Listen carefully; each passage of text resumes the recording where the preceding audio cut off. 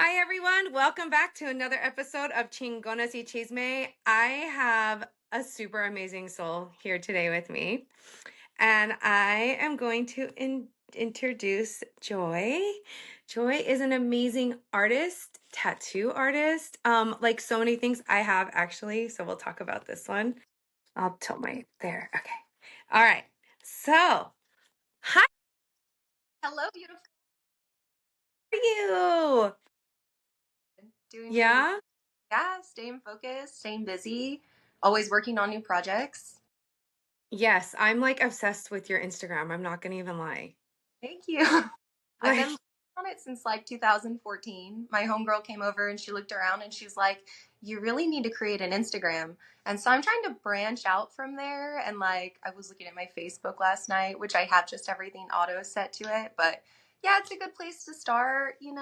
yeah, like I wish I could. I always tell you, I need prints. Like, I am working on it for sure in the next like month. Prints are going to be made. so like we kind of like just jump right in. However, tell everybody a little bit about yourself. A little bit about me. I have been painting since 2006. I like found it in high school. I loved it. I have a wonderful wife. We've been together for 12 years. We have a myriad of beautiful little creatures that we care for, like snakes and some pups. We love our pups. I've been in the cannabis industry for 11 years, going on 11. And mycology, been doing that for about 5. So yeah, just living life. We're kind of like entrepreneurs. We kind of like live one day to the next. So we'll have like some time off, and then we'll be working every day for weeks, and then we'll have like a good amount of time off. So yeah, just living life and trying to nurture nature in every way I can, and express that through art. I love that. I love that. And so I first found you. You were a vendor. You were going to be a vendor at Entheogen Expo. Yeah. And I was like, oh my gosh, this is so amazing. And I've talked about this a lot. However, nobody believes me. However, I saw you and you were painting and you were amongst everyone. There was so much going around you, like going on around you. And then you were just like, la, la, la, la, la, just painting away, like totally in your own world. And you were doing this beautiful, beautiful painting of Maria Sabina. And I remember telling my husband, I was like, wait a minute, I think that's the artist that like I follow. And she's gonna be giving away like these little free like epoxy like mushrooms. And I have to find her. But then I was like, I was gonna say it's not, I was gonna say hi, but then I'm super dorky, like shy. And so I was like, I was afraid to even say hi. I know, I know, That. I was I wondering know. why we didn't see each other at that expo. I was like, dang, like I love you. And I feel like we kicked off as soon as we like met and we just talked for like 5 hours. That's Nobody why. believes that. I'm like, yeah. Yeah. And so I remember walking past and telling my husband, I'm like, oh my gosh, I'm gonna have to like reach out or like something. I would love to have like that painting. And so after the expo, I reached out. You're like, no, actually, sorry, she's not for sale. And I'm like, meh. But then I commissioned you. I was like, I'm just gonna do it. I've never had like, and I'm really on this mission to like collect art. I feel like I've lived in a very like just bland house. Like just standard, just I know. Just light blues and creams and whites and grays. I told my husband, I'm like, I want to like commission her to like paint me something. And he was like, seriously? I was like, yes. And so I reached out and you said yes. And then this beautiful, beautiful, like one of a kind art. And I just love her. Um, and then I drove like 3 hours to meet you. And yes, we hit it off, ended up talking in the parking lot of like what was it? Like In and Out or something? We were there before it opened and then we were there for like rush hour at lunch because we were having so much fun. And you got to meet Tucker as a puppy. I did. I got to meet this cute little land shark. Yeah. So sweet. And like, and then we have that in common, right? He's part Cane Corso and I have my pups. You're beautiful pups. They're like laying around, they're sprawled around like lions right now. That's all They're, I do. I'm like, shh, keep quiet. Don't get this now. Yeah, I don't know, they might bark, they might not. But that's what I mean, it is what it is. That's what they're here for, to like protect us and guide us. I feel like they're just placed in our life, like we choose them, you know. I love our creatures. Yeah, I do. I mean, even like with my oldest pup Enzo, I truly felt like he definitely chose me. Like I say like he saved like my life. Like he really did. Like he and it was between him and another one and it was this beautiful little Formentino, like his brother. And I remember looking at my husband and I was like, "Can we take both of them?" And he's like, "No." Cuz it was my first time ever getting a Cane Corso. Like I'm not a stranger to a big dog breed at all. I've had English Mastiffs, I've had Rottweilers. Um and I don't know. And then this cute little just, and he was solid gray when I got him. He had a tiny bit of brindle, but solid gray. And I don't know. He just came and he like sat in my lap. And I was like, okay, He he's gets you. picking me. Yeah. Oh, And still to this day, he's going to be, oh my gosh, I can't believe I'm going to say this. He's going to be 5. oh my goodness. I know he's going to be 5. And to this day, if I sit on the ground and like, if I just sit on the ground and like I used to sit on the ground and open his crate in the morning and then I would just kind of like open my lap. And to this day, if I sit down on the ground and do that, he comes and he crawls in my lap and he just curls up and I'm like, So sweet. I love you, buddy. You're so sweet. And then that started my, I don't know, I'll call it an addiction, I guess, or my collection of 2 more. I have 2 more and Kaya is laying here and she's just the sweetest. And then Maverick is the youngest, also the biggest. And he's kind of bit of a bucking bronco all the time. A bit like of a bully to the others, or not so much. No, he's not a bully. He's actually like he's just super goofy. Like just doesn't he's that annoying like younger sibling that doesn't know when to stop playing around. That's who he is. And he's 3. Like it never stops. And it's like No. so anyway. Say like their dinosaur years are like 1 to 2, but I don't know about that. I feel like they're gonna be rambunctious for at least like 5 years. They'll chill out here and there, but when it's playtime, it's playtime. Yeah, Maverick has no off button. And then when like he gets scolded, he's like, "Hmm." Like he totally pouts. And I'm like, dude, I told you to stop like 10 times. Yeah, they're emotional for sure. They're sweeties.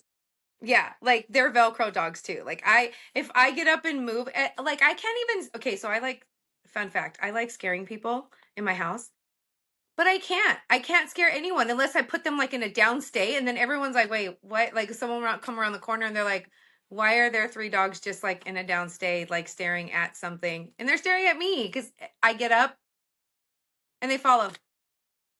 And I'm like, dude, you guys are selling me out, man. Tucker's the same way, and like he just follows me everywhere, and he'll like crawl up on my lap and just. I woke up the other night and there was someone laying on my neck. We sleep with our dogs. We probably don't want to anymore because they're getting pretty big, but I thought it was a puppy, and then it ended up being Tucker. I just turned around and we're just nose to nose, and I'm like, you gotta go, man. You gotta go. Give me some space. And he'll like crawl up on Jamie's lap and just stare at me. And she's like, this is bullshit. And I'm like, I'm sorry. I don't know. We've got a really good bond. I don't know. Yeah. Yeah, for sure. Yeah. No, and these dogs too, like it's so at night. Enzo is like he's night watch. He has to be roaming. Aya will sleep with my 21-year-old, and then Maverick will go and sleep with my 24-year-old in their room. And it's like my 24-year-old is like, this is ridiculous. I can't get him off my bed. He sleeps on my pillow, like literally like a human, and he snores. When they start snoring, it's really time to go. So maybe we can before that happens, because sometimes they kick in their Yeah. sleep, and you're like, ah. No, my husband won't have that. My dogs know like my bed's off limits. Although if Kai is feeling really, really naughty, she'll come when we're not home, and I'll know when she's been on my bed because she messes up my bed. And I'm like, Kaya! I'm like screaming for her, and she's looking at me like, oh, sorry. And I'm like, you ass. So I you with art and also being cannabis, like I really want to touch both because cannabis has actually been uh I think it's very interesting when women are in cannabis.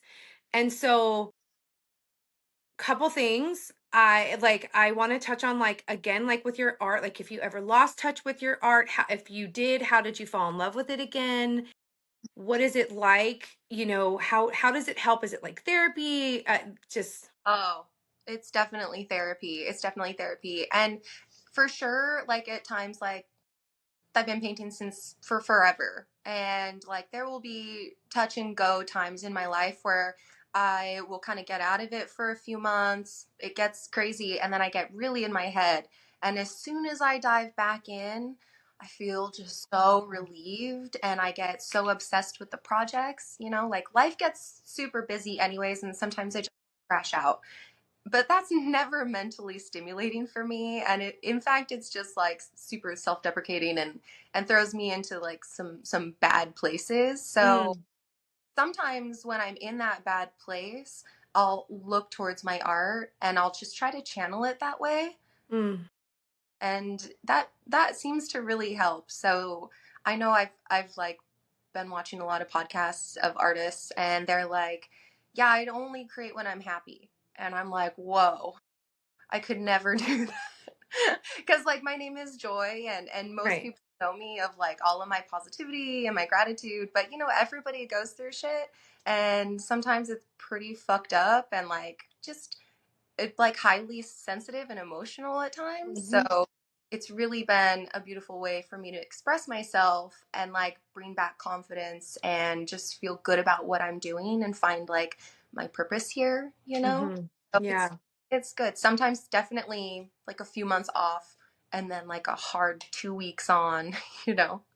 Yeah. But but And I love too, like there was one, and I swear it was like you totally embodied like what it's like to really go on a spiritual like journey. And it was that spiral one, and it was like as she was going, it was like she was losing layers of herself, and then she was just stripped down to like her bones. And I was like, oh my God. And I also love, like, can I just tell you, I love that all of the women, like every female body that you paint like has like is a real woman, like curves and boobs, and like I was like, oh, this girl, I just love her. I just it's love you. in school, all of the girls only had rib cages.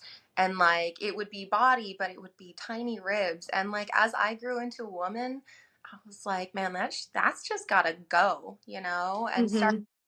more of everything, like thickness. Just I even did Lizzo once and I blew my mind. It was so beautiful. And I just did Mm, her blue hair and it was really really really really wonderful to do and just add all of the details of her body. I just want to celebrate us as women yeah. and females and just our strength and power here. Yeah, Just I mean, no, I love that. Like I literally do. My husband jokingly, because I mean, I'm thick. I got ass. I have thighs. Like I've always been. And we were sitting at dinner last night, and my husband says to my son, because my third son is like he's well, all of my boys are just big. Like my two older boys are like 6'2", 6'3", and then My third son, he's actually getting up there. He's really, really tall, but he's just solid. And my husband says, you can thank your mom when you're in high school because he does. He's got some thickness there. That's not a And I bad. was like, thanks, babe. Yeah.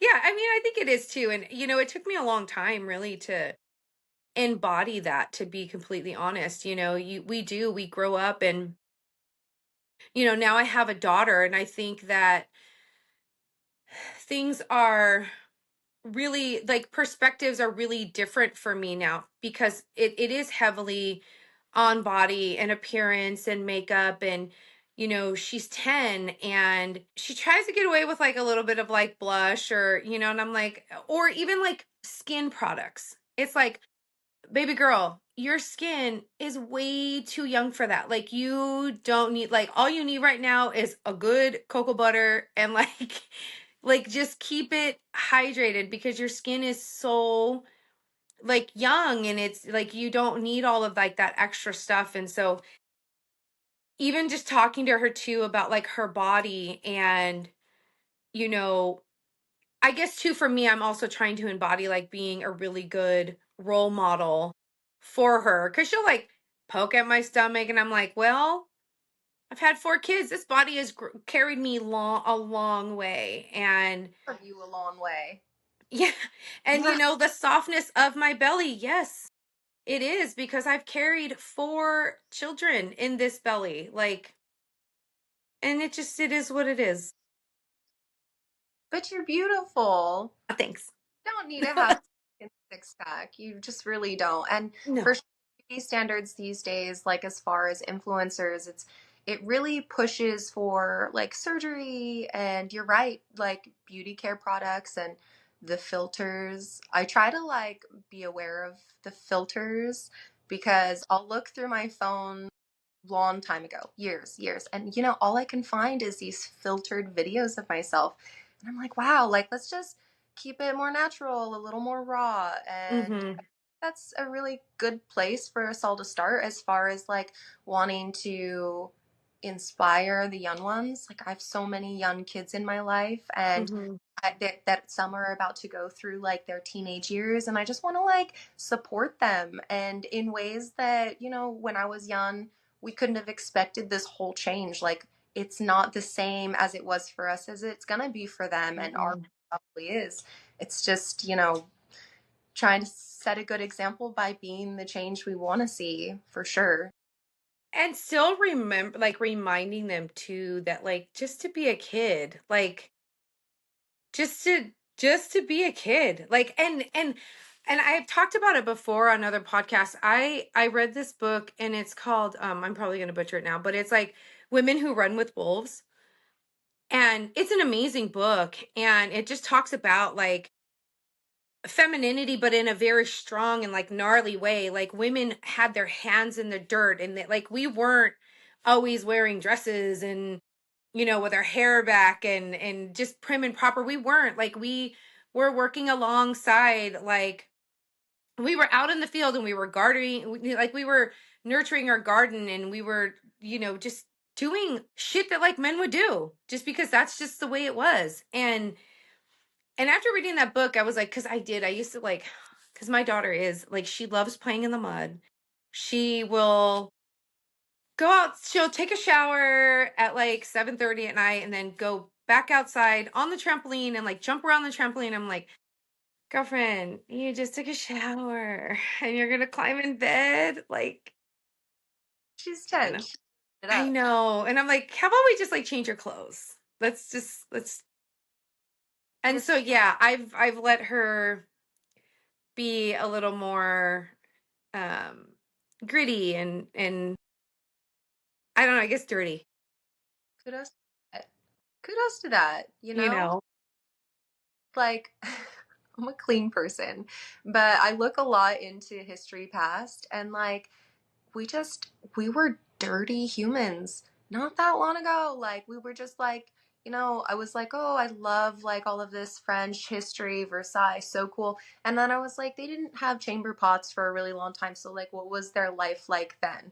And like shower once a year, bathe in a creek, that's great. But like literally using the restroom in like a hallway. So like not actually a great spot. I feel so blessed to be here in this moment now. And I try to remind myself of that all the time. If I'm Yeah. feeling like, wow, I'm like a prince 200 years ago. And I'm like, oh, it's too hot.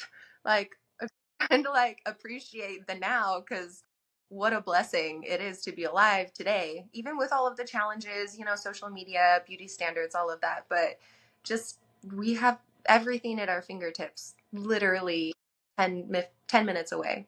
You could just go get anything to create anything you want, read anything, play music. Music is so huge.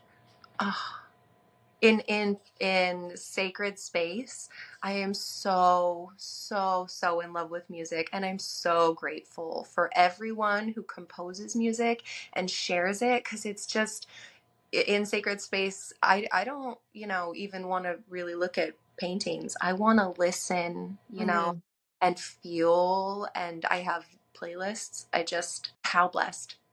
telling you, like a festival is my church, man. Like I mean, full disclosure, I sent you a picture. I'm literally looking at my DJ set now. Like my husband and I've talked about it before. My husband and I bought it, I don't know, maybe beginning of year. Like, I You have mean, I recordings just, of yes, your I love I do. that. I do. I have, it's the DJ set, and like I just get on and I can like download whatever I want and I can just mix whatever I want and I can just get lost in music for hours. Like hours. I mean, I can remember the first time my husband and I went to like EDC, and he was like, "You still like want to yeah, I want to stay till the sun comes up." Like that's just me. I want to stay till the sun comes up. I want to be there when it starts. I love music. I love it. Love it, love it. You will, if you're waiting for me to show up at your house, you'll hear me before you see me because my music is always blasting like Windows down anywhere I go, everywhere. anywhere I go. And I sorry, I remember getting pulled over once.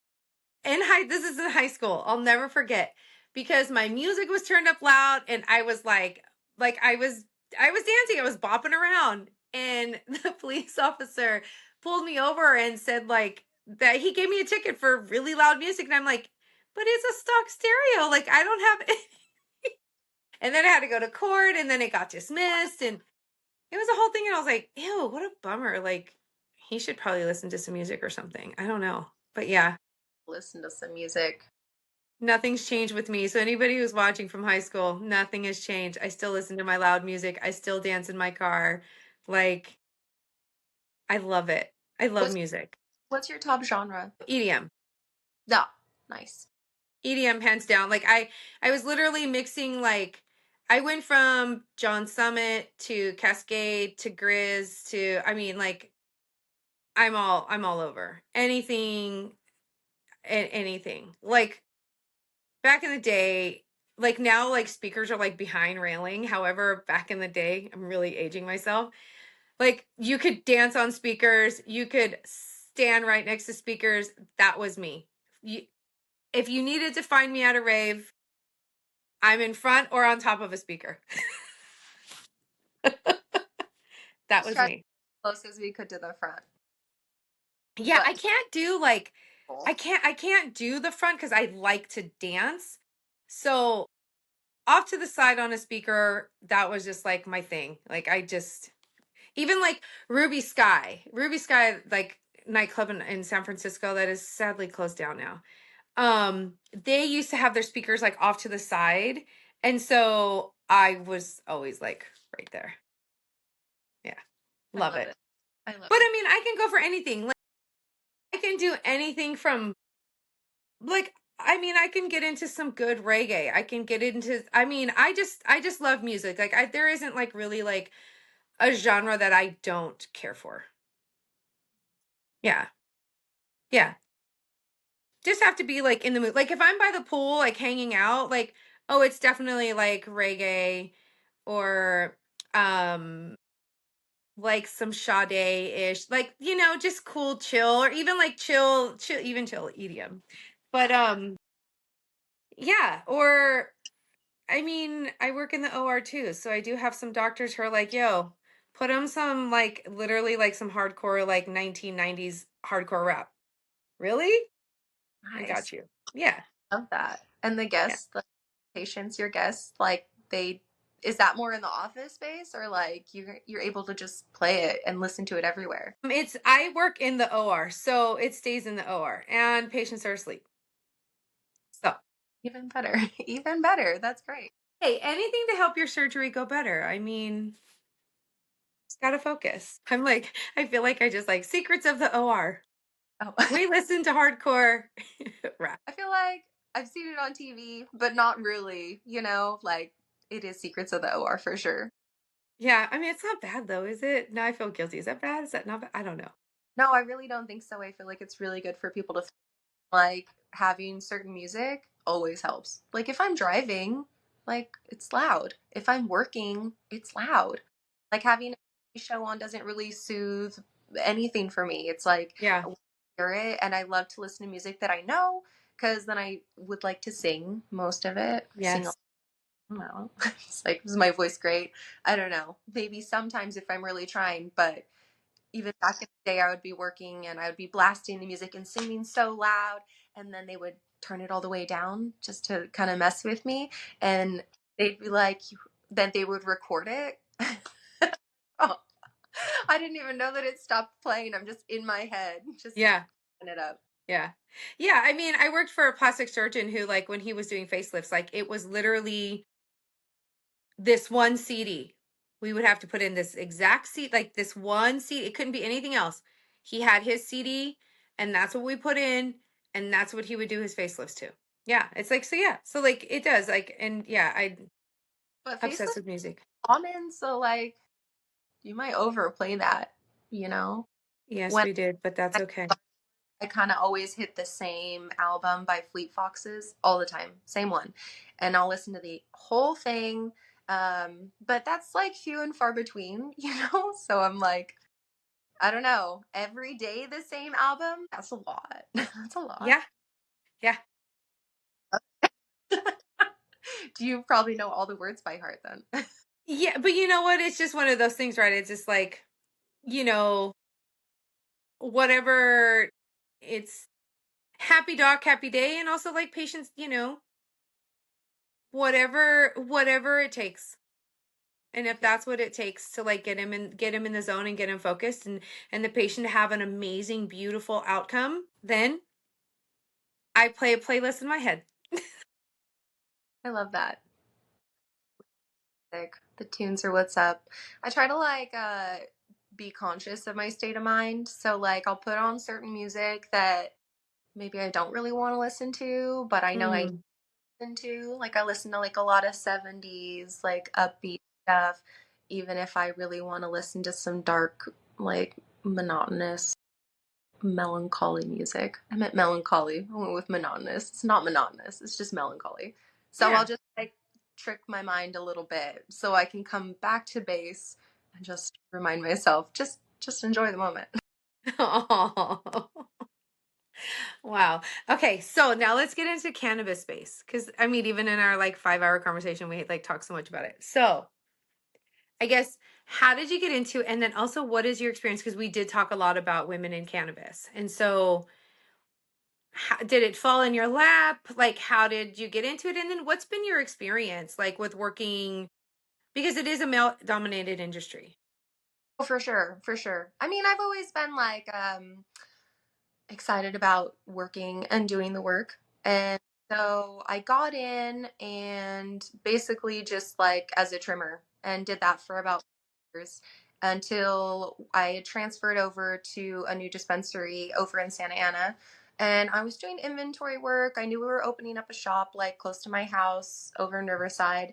And I was like, I want that spot. Like, I want to be upper management there. So I worked really hard on just moving up. Got to see a lot of product, a lot of different brands Mm, and quality of it. I kind of quickly rose into a manager position as far as inventory management goes.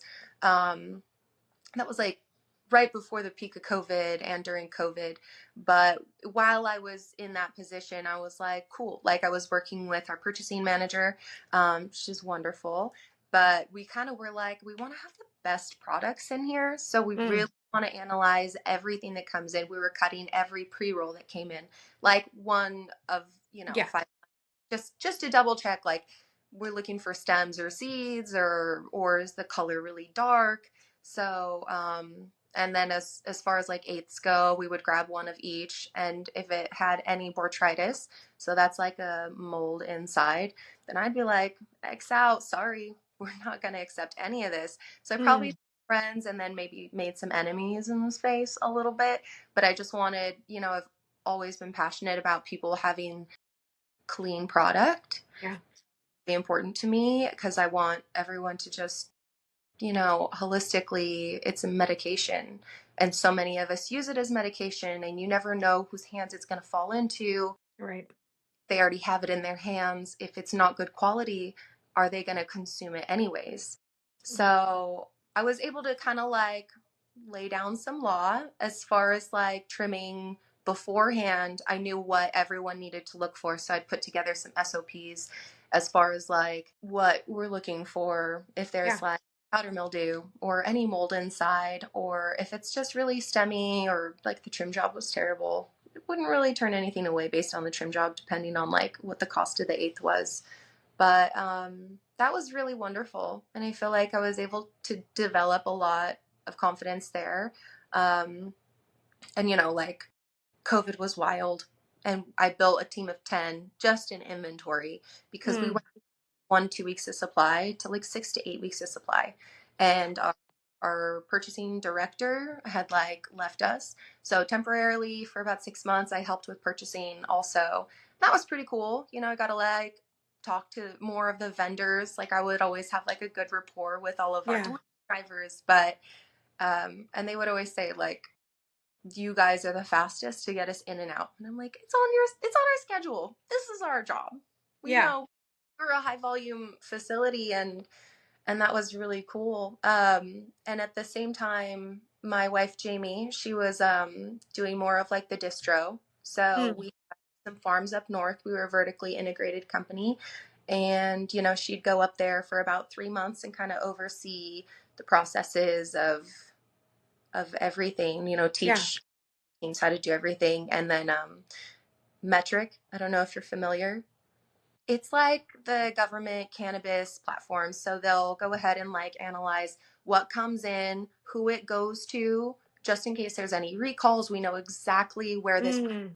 so we can reach out to that customer and be like, go ahead and bring it back, and we'll just refund you. We'll give you something else. So that was really cool. And yeah, I left that. Still kind of been dabbling in the industry. Now we pretty Mm-hmm. much like we enjoy working in gardens and working Yeah. closely with like, we're independent contractors, so we work for different facilities, and it's nice. It's nice. I never had really worked in the garden before. And Really. I got like, I knew my metric dispensary, and she knows the metric for distro. And then my very close friend was like one of the master growers at Mm. a different facility, and she would know all of the cultivation metrics. I'm like, wow, these three things like Right. got together one night. We were all talking about it for like hours and hours because it was like so crazy. We were pulling up all of our different reports that we would do, and we're like, Yeah. you could run it, you could really just run it. And all females. Oh yeah.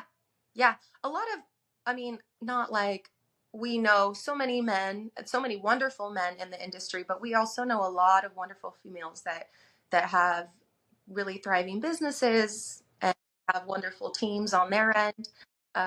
So it's great, like a lot of cultivator female friends Yeah. that the master growers, which is great. I'm always rooting for everybody. I It's love that.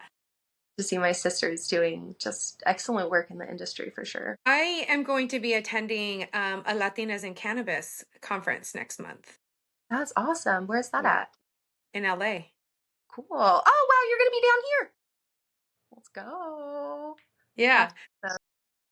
So it's really, and for me, like I had a recreational relationship with it when I was very young, high school. Didn't really, I don't know, it just never really did anything for me, so it wasn't like my thing. Ever I mean, I guess it's not a big, I don't know. I'm like thinking like but I've had people in my family who have worked on farms and like had really big grows, and kind of when it was like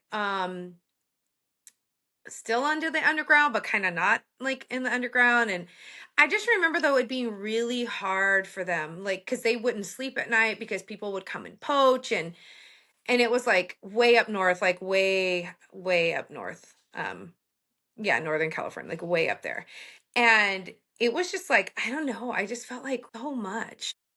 It's such a beautiful gift, and it's crazy that like there's so much greed and violence centered around it depending on where you're at.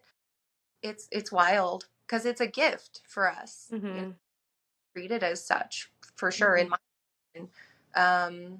And yeah, I'm sometimes sure you have stories. yeah, sometimes you see some stuff and you're like, wow, I wish that we could all just do a little bit better. And like, for sure, I value back in the day being able to like reject things that were not up to par for really consumption, you know, just straight up. Well, and I really do, like I commend you for that, because like even for me, like with being, in the medical field and doing everything that I'm doing right now and really just trying to learn how to, cuz right now I feel like I'm building my foundation of like how I'm going to move in the medical field once I, you know, get my board certification for nurse practitioner, right? Like that. And so with that, like I've really been educating myself in the cannabis aspect as far as like the medicinal uses. And I took a really in-depth course with two nurses who this is what they do. They CBD, THC, and they create protocols for people. And it's been really really interesting, and it was like a lot, like I felt at times very very overwhelmed because there's so much that goes into it, and how like literally cannabis like can affect the body in a positive way. And for me, working in the medical field, once cannabis became legal in California, it was really interesting to me because all of a sudden we saw this surge of people coming in and having to get endoscopies, which is like them looking in, taking a scope and looking in your stomach, because they were having severe abdominal, like cramping, nausea, vomiting, and they were all young, 21, 22, 23. And what they had in common was heavy cannabis use. And so I thought, and in my mind, I'm thinking, I mean, I only knew it as like, yo, like you just threw some seeds in your backyard and like you grew it. However, looking at the grand scheme of things, it's like, wait, no, now this is an industry. So there may be some preservatives in there. They may be using certain chemicals that weren't used on the quote in like the quote unquote underground, right? Or like, your aunt or uncle or grandpa, whoever, like just growing it in your backyard because that's just what we used to do. Yeah. And so, yeah, it was really interesting. And then for me, with raising my kids, and it's kind of like, right, it's still kind of taboo to be like, oh, yeah, like I grow cannabis or whatever. Even though it is legal, it's still very taboo to talk about like when you have children. However, for me, it's like these are plants, these are plant medicine. And I've also found, since I've like been more vocal in this space, anytime you could be out in public, and I'm sure you've heard it too, right? You say plant medicine and they automatically go to like cannabis or psychedelics or whatever. And it's like, no, like actually, if you stop, yeah, like if you actually just stop and look around you, Yeah. you'll find at least five medicinal plants literally like around you. So plant medicine isn't just cannabis or psychedelics. It's like plant medicine period. And so for me, Like like all of those wonderful things, brain function, just it's everything. everything. Hmm. So I've like started a garden, and we have, I'm like looking at it right now. Like I even have hops growing because What? my yeah, like my son likes making beer. I mean, he's 23. I actually don't drink. However, he'll go and we have like apricots and plums, and he'll make like mead out of like the plums. He made a plum mead.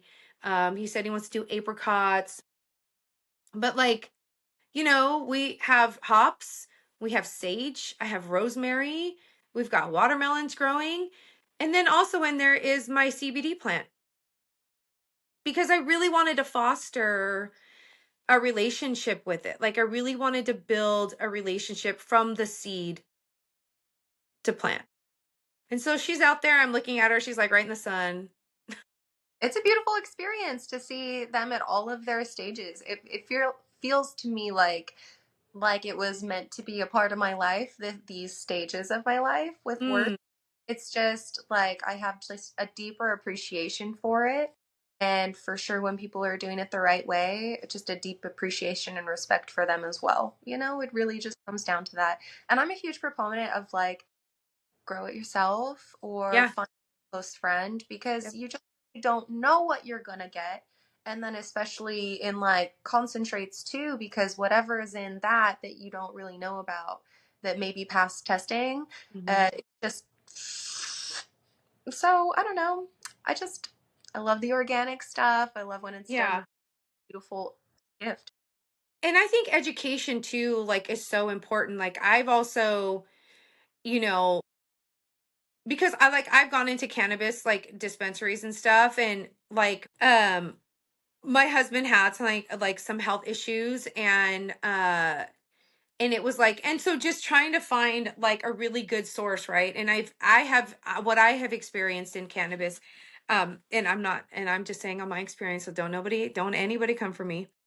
I have found though that when you go in, you can have some really good bud tenders, and you can have some bud tenders who will just kind of give you whatever. And it's like you lose the because there has been so much research on it, I feel like you lose like that I don't know, I like maybe technical slash like medical. I just feel like there should be more education, I think. I agree with you.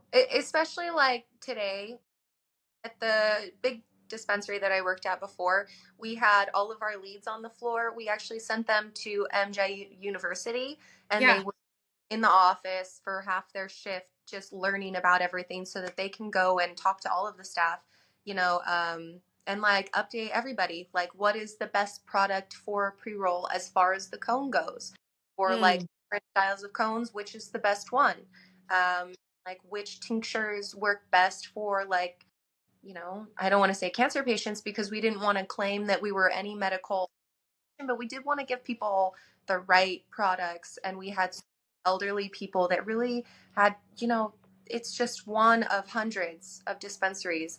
But if more people put in more care and education to their staff, then you're really helping everybody. And what's the point if not to help everybody have a really good experience and get well with this beautiful, you know? right. Because what you give like someone who's 25 or 26 who's suffering from migraines, you're not going to give that same product, potentially not going to give that same product to, like, say, a 47-year-old woman who's experiencing like perimenopausal symptoms, right? There could be two different products for each. And so, yeah, it's really there. I mean, literally, like, my mind was blown by everything that I learned, and I still continue to learn. Did I receive a certificate that says, yeah, I'm like a certified cannabis nurse coach? However, I'm just cannabis like educated. I'm not like cannabis like verse. Like I am, and I won't ever claim to be like an expert. I actually feel weird even saying that like I'm a cannabis coach because I feel like that takes a lot of experience and a lot of time. And however, learning about that and learning about the product and learning about the medicinal uses, I feel like even like moving forward with my practice, being able just to like um lower that barrier for people who come to me for help for like whatever reasons, right? Just being able to feel comfortable enough to say, yes, I do use cannabis. I use cannabis on a regular basis, and this is what I'm using. This is the amount. Because a lot of people don't feel comfortable speaking to their healthcare providers about that unless they have like a really good relationship or they don't feel judged, you know? 100%. And 100.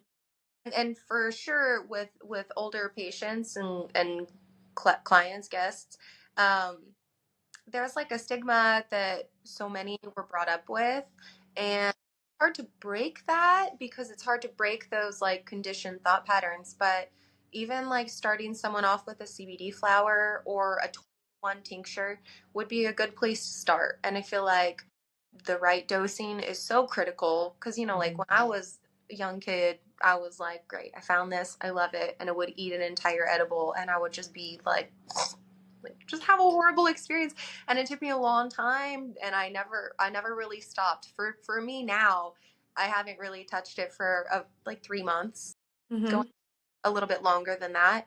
And that's also been a really nice break for me, because I'm like a addictive personality, and Mm. I want to have it like, and because my work schedule allows for me to kind of like live freely, like really just Yeah. like and all day and night, you know? And Yeah. so it's good to just like get my head back on and like have some sober time in my life.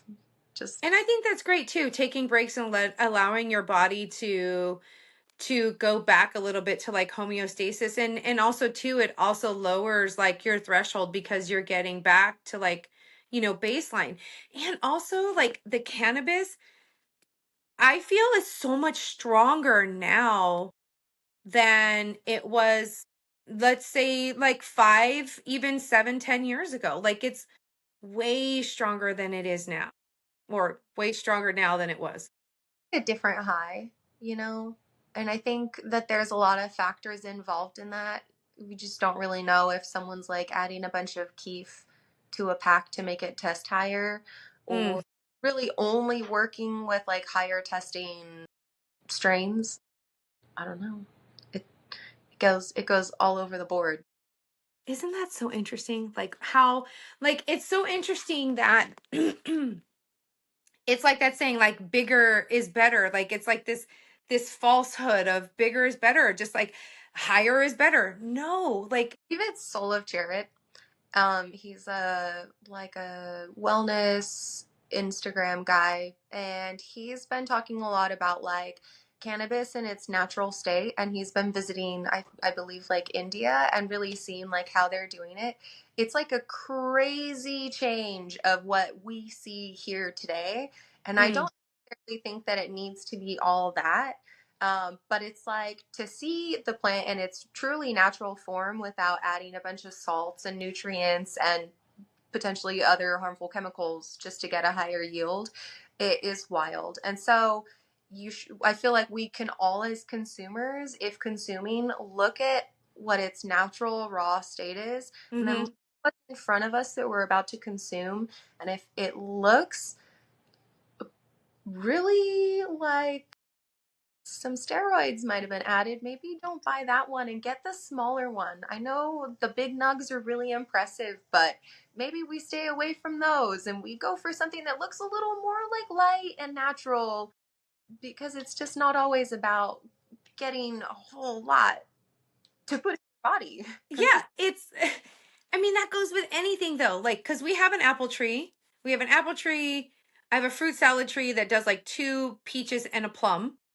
And then we have our apricot tree, and then we also have an orange tree, and they are naturally smaller. Our figs are like pretty standard. Yeah, I forgot we have a fig tree too. I'm like looking outside my backyard. trees at the house I grew up in, I love that. I love that you have Yeah, that for children. yeah, but like they're smaller than store bought, and it's like no, no, no. But this is what even so even with my tree with my girl, she's like I don't know. Okay, look, I don't know anything about growing. I literally was like, I'm just gonna see what happens.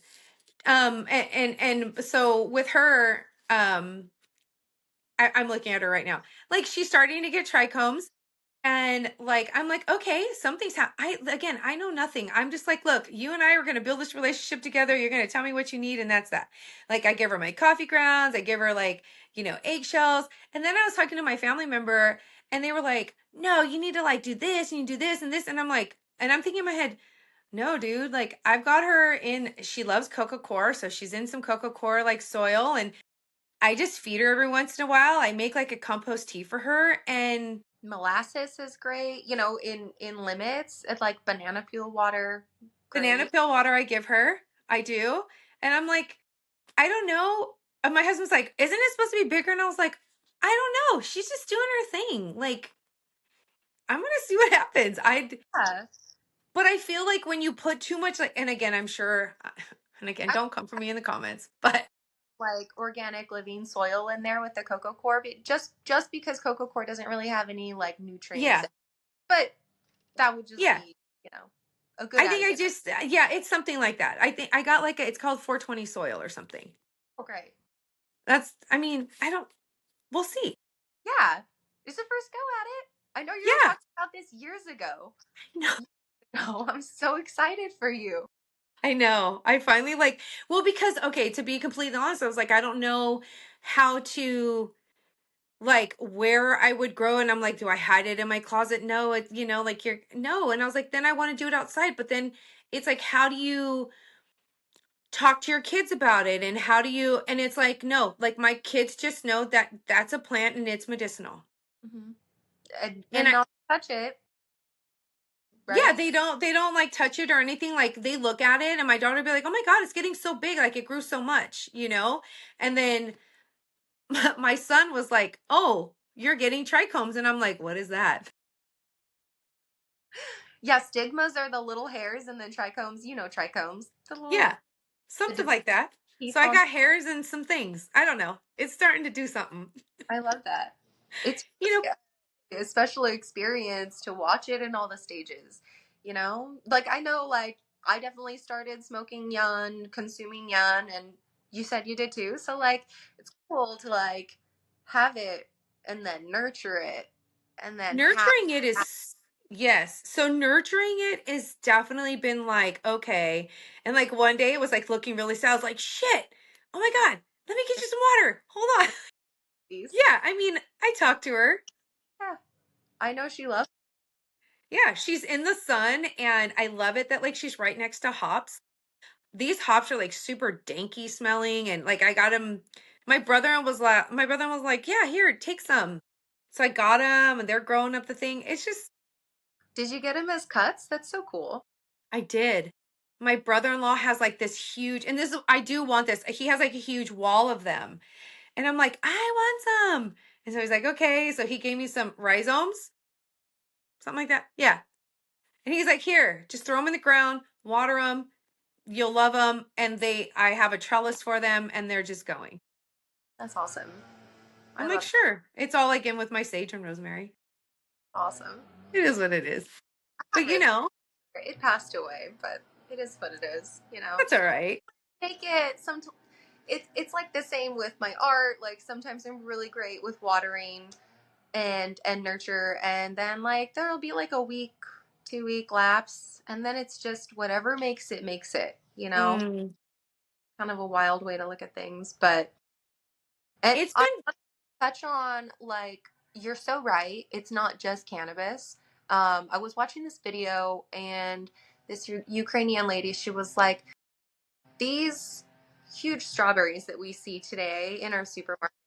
She's like, these are Chernobyl strawberries. Like, if we saw these at home, we'd say, no, we don't want that. We want the small mm, because they're more organic. And I'm like, wow, that's crazy because I feel like our fruits and vegetables have supersized these days. And that's kind of like a wild world to live in. Like, even my beets this morning are this big. And I'm like, man, like, beets really should be this big. mm-hmm. But I'm drinking them. But I don't know what that's going to do to me later. Yeah. if anything will happen. Well, that's like too, like I've acquired chickens. Like I have a cute little flock of chickens. I know. And I love like I'm literally like this little I'm trying to be like this homestead in like suburbia. Like and so, even like our like the chicken eggs, like I have 3 of them that just started like so I have 15. I 15, know. And I have 15 chickens and and I all love neighbors are like chilling. they're chilling right now. Oh yeah, no, like they got a whole yeah. They're great. Actually, I did hear them squawking, so I'm sure a couple of them laid. Like they literally let the whole entire town know that they've laid. Oh, that's However, like 3 of them just started laying, and so they're laying like they're called either fart eggs or fairy eggs, and they're tiny. oh, They're so cute. They're like this big. And are they like viable? so I don't have any roosters. Right. So yeah. I mean, yeah, you can totally eat them. Like they're totally fine. And they They're have just and everything?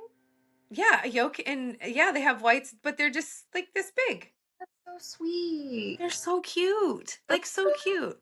We Like have so cute.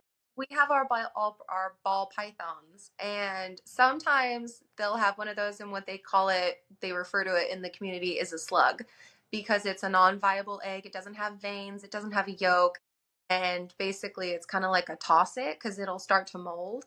Yeah. um, and that's never good for the rest of the clutch, the eggs. But yeah, that's wild. I didn't know that. Yeah, so and then they'll get bigger and bigger like as they get older. It's just like their factories like just starting. However, I have had a couple who they're like practice eggs, but they kind of like freaked me out at first because they had like a soft shell and they reminded me of because my son had a bearded dragon and she would just lay eggs, they're like the soft clutchy. And that's what they reminded me of because they had like when they were a full egg, they just didn't have a hard shell, which it was like so weird. And I was like, what?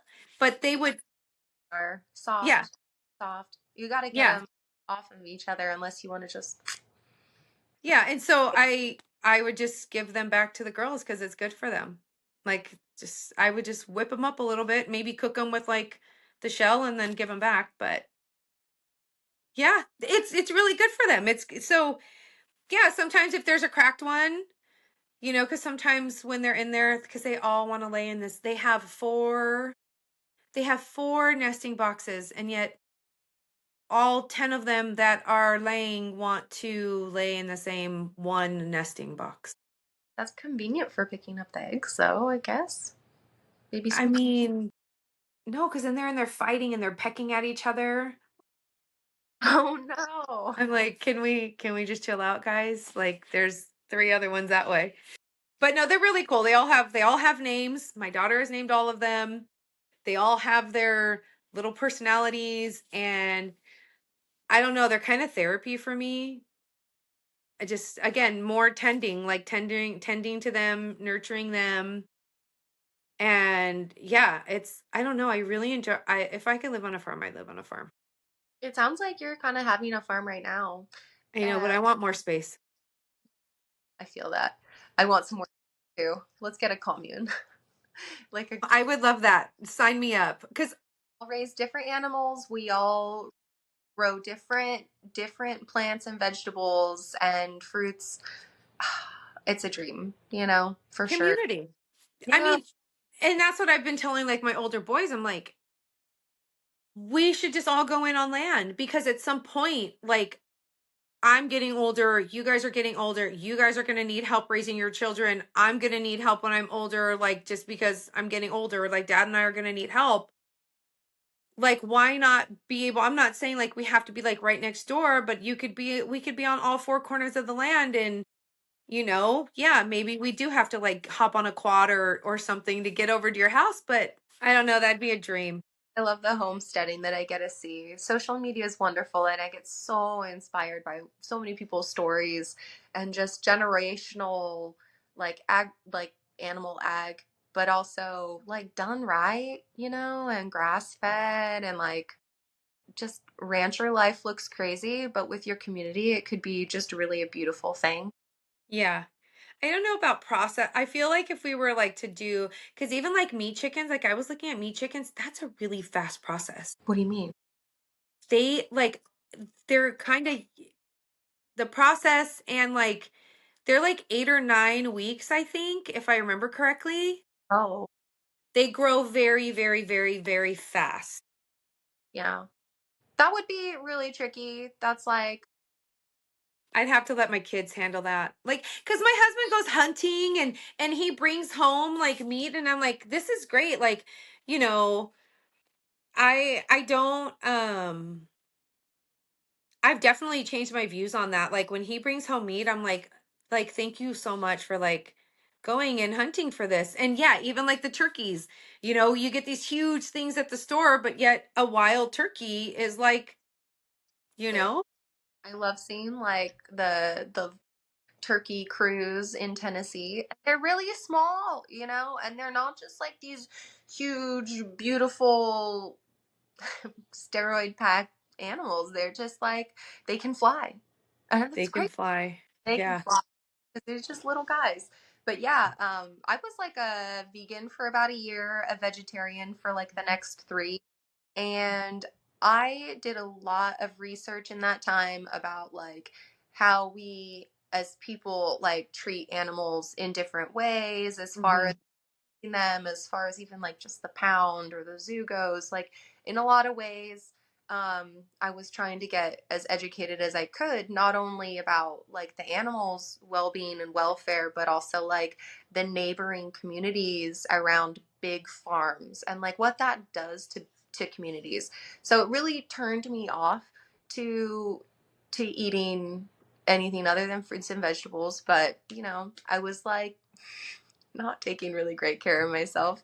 At first, it really started like as raw, and it was great, and Mm, consistent with it because I was working so much that you know I kind of came back to like a carnivore diet, right. basically carnivore and eggs, and try to keep it limited to like a little dairy, you know, some Mhm. sugar, keep it more simple, Right. and I feel like just so much more healthy. Not that that would be anything for anybody else, but just for me, and I know my cousin, she was like vegetarian for like 25 years and is kind of facing like a lot of health issues now in her recent years, and it's she was like, just make sure you take your vitamins. If you're going to do this, Mm, you got to make sure you take certain vitamins, do a lot of research, do your best to make sure you're nourishing your body the right yeah. way. So not to say that like just meat and eggs and a little dairy is all I have, but just like a variety now. I don't need to eat like 7, 8 times a day because Yeah. it just the protein sets in my stomach and I'm good, which is Yeah. feeling. Yeah. It's really nice to not be like starving all. You got some sustenance. I do have some sustenance.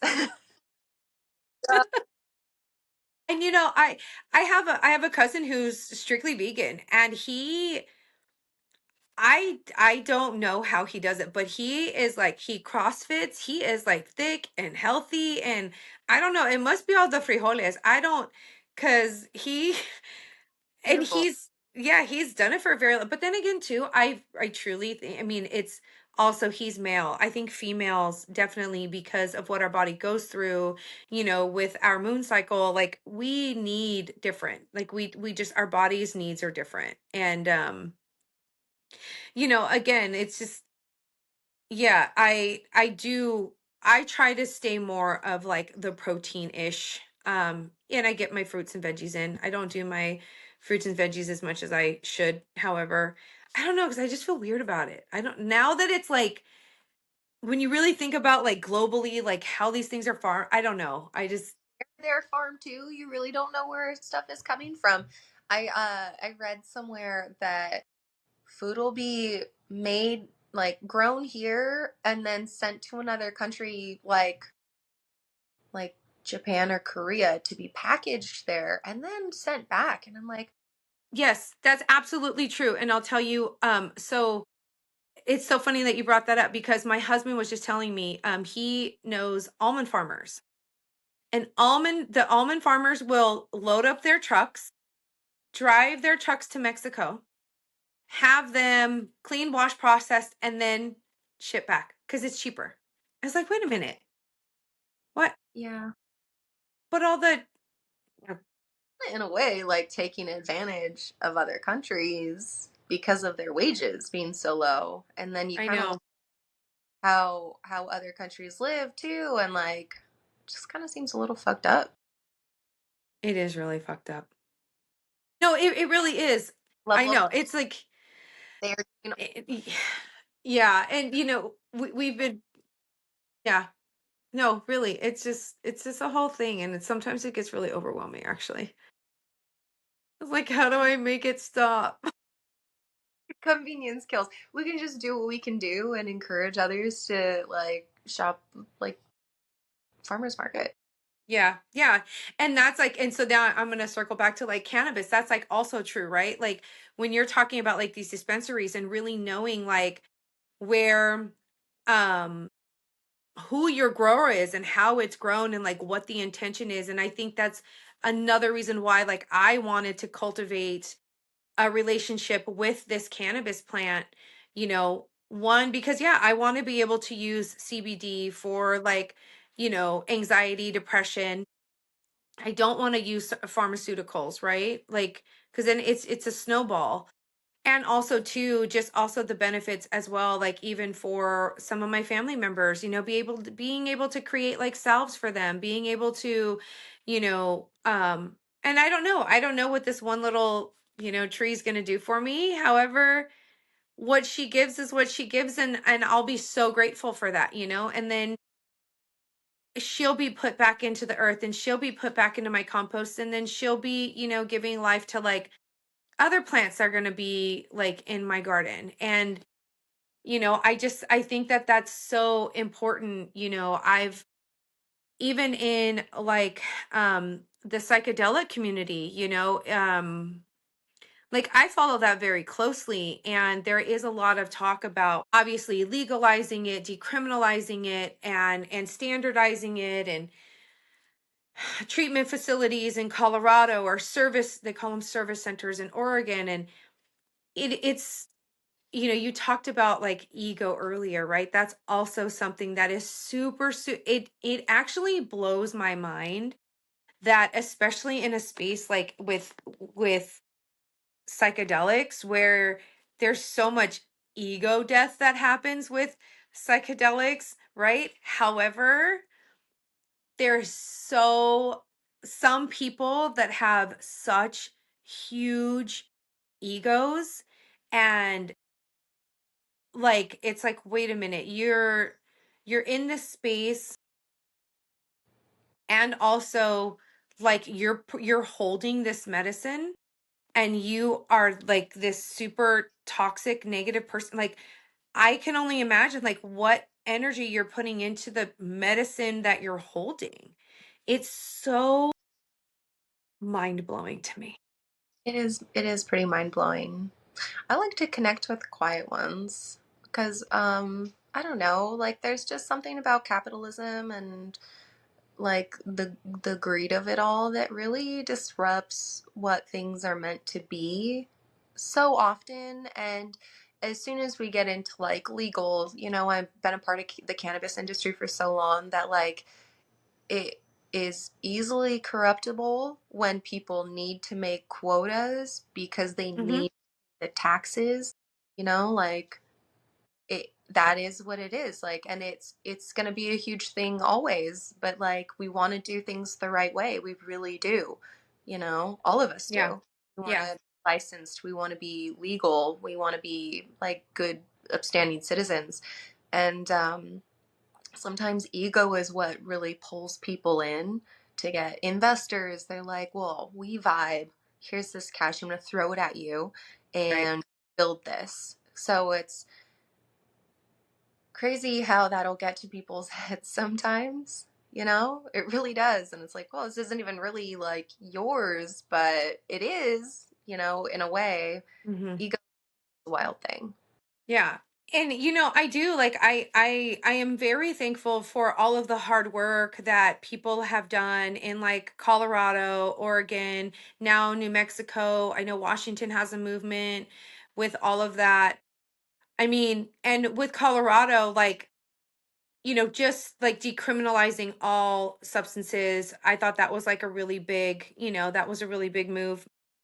However, even with their new bill and legalizing like service centers and stuff like that, however, yes, because everything costs so much that people who are looking to get this, whether it's a spiritual experience or being able to move past, traumas in their life and finding healing in that sense. It's unfortunate though that with everything, that because of the cost of getting set up and the cost of everything, it's still an expense, and it's not necessarily accessible to everybody. And I think that that's one of the unfortunate things, is that I understand the concept of, let's get this, decriminalized or legal so we can help. But on the back end, it's like, we can help if you can afford it. Right. $20,000, $30,000 sessions is pretty wild. Even $10,000 a session would be pretty wild if you're looking for healing for 5 hours, or a set of sessions. I mean, I don't know where I'm pulling those numbers from. Probably like past research. So if it's different, Yeah, I want to say in Colorado, I think it's anywhere from $3,500 for one session, and that's not including like integration as well. It might include like one or two integration sessions after. So it's anywhere from 35 to $5,000. Even microdosing, I think microdosing is something high, and you still have to go to a service center to take your microdose and then spend, I don't know, I think it's, and again, I could be wrong. However, the last I heard is yes, you still have to go to a service center and you have to be there for like 30 minutes or something like that, be observed, and right. then you can go on your merry way. However, and that can be inconvenient. Again, it's accessibility, right? Is that completely accessible financially, logistically? And so, yeah, I wish there were a way. There's always a way, and I think as a community we'll find it, even just like having more events where we're all able to come together as a community and just talk amongst each other and, network and connect with one another. Because I mean, it's hard to look at what big pharma has done and still continues to do, and like there's so many positives and negatives, like so many side effects, and like the integration's a huge part, and you need someone that's there for you to connect with you, Hmm. and not for financial reasoning, just because they care about you. And some Right. people only connect with certain people when there's money involved, and like true genuine care is what's really important, I think, Hmm. for literally everybody, because we can feel it deep down if it's not genuine. Yeah. Yeah. And that is so true. I can say I've been a very deep student for like the last, I don't know, 2 years. Um, Recently graduating from Naropa's CPAP program, and then I've like deeply involved with a lot of like what Chacruna does in like um programs or classes that they do. And it's just so interesting. So I find myself in a lot of spaces where there are a lot of people that have had like one, spiritually enlightening experience, and then they come out of it and now it's like they want to, give all of this to the world. However, they're also lacking like acknowledgement of their um like social location, or like their proximity to everything. And so it's just interesting because I've come across, and I've talked about it before, but I've come across like wide embodied people who are very insensitive, or I just recently spoke about, because I just had this experience where we were talking about a scenario in class, and one of the people in the like in my group like laughed at this scenario, and I was like, why are you laughing? And they said, because this is just comical to me, like this is never going to happen in ceremony, this is, this wouldn't happen. And I said, I'm like, no, this actually can happen. With psychedelics being unspecified amplifier, you can go in with an intention, however, you don't know what the medicine's going to bring up. And so, and literally this person was like, no, no, no, no. And I'm thinking, wait a minute. Your backstory is that you run a healing facility in Costa Rica. What, like, hold on. I was having a very hard time wrapping my mind around it because this person is facilitating and also owns this, right? And it's because they had the accessibility to sell all of the, to sell their home in Arizona and uproot themselves and move to Costa Rica. And it's kind of like, okay, well, what's your reciprocity for the land that you're on? Like, do you even have permission to be on that land? Like, did you ask land permission? What are you doing? What are your protocols? And they're a wide embodied person. And it was just like, so it was really interesting to me that it was just like so like absurd to them and comical of this. And it's like, and then we get back into the main group and our instructor was like, no, actually this actually happened, and it's hard and scary at the same time that there's a lot of this going on Everywhere. everywhere. Like, what are your, I feel like, what are your intentions if you're gonna have a healing facility? What is the driving point? Money. But like, it could just always be about more than money. I think that's just me. Like, oh, I don't know.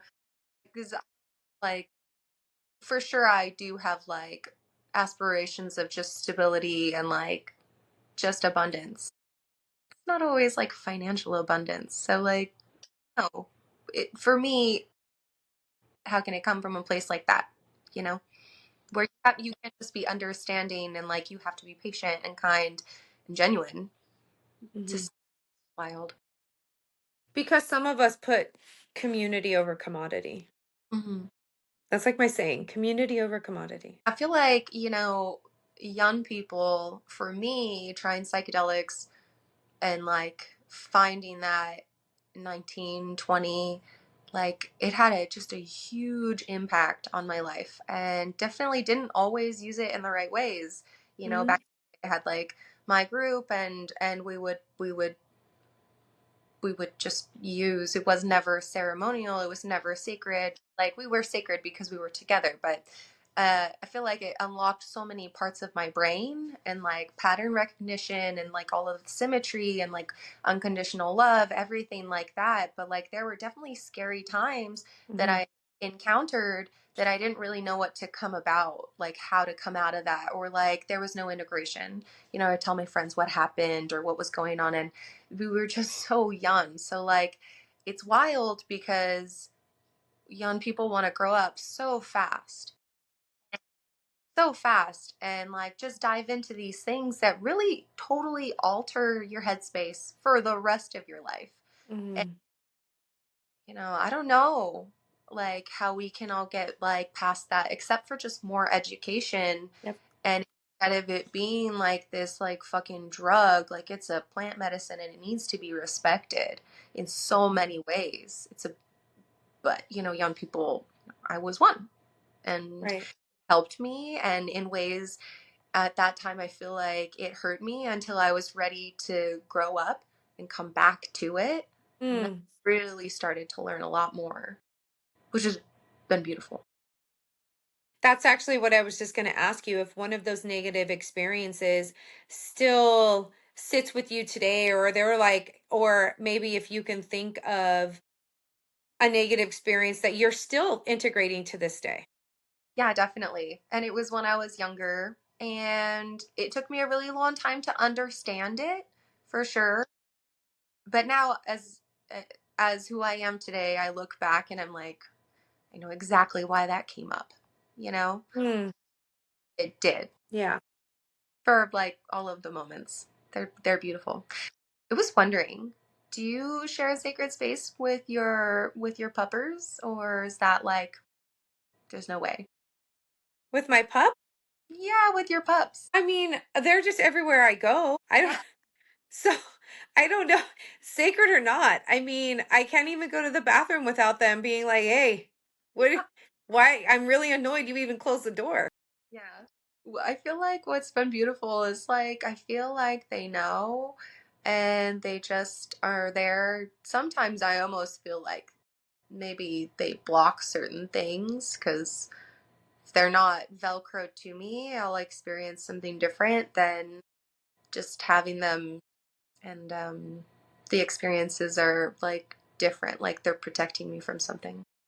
Yeah, and so it's interesting you say that because I have had so so I could say definitely Enzo would be a great ceremonial dog. Like he would be so good in ceremony because I mean, the dog just knows like when I'm just kind of down, right? He's the one who's like the most in tune with like everybody in the space. He knows like when it's time for like the littles to wake up. And like before I even say anything, he's like going to wake them up. I can hear Harper, Enzo, get out of my face, and I'm like, oh yeah, it's that time. Like, oh wait, I forgot. Yeah, it's that time. Um, yeah, and yeah, and it's interesting because this just came up too about animals in ceremony and like dogs in ceremony. Um, I do feel that they do have like this sixth sense of like, there is a person, in an expanded state of consciousness, and sometimes they'll intervene and sometimes they kind of just hang out and just observe, or just like I can say they hold space. They hold space just as I'm holding space. It's wild. Yeah, it's so interesting how they do know that. I haven't held space with the snakes. I've been tempted to, but I don't think that I would want to, you know, they're definitely a huge part, you know, in the experience, just mentally.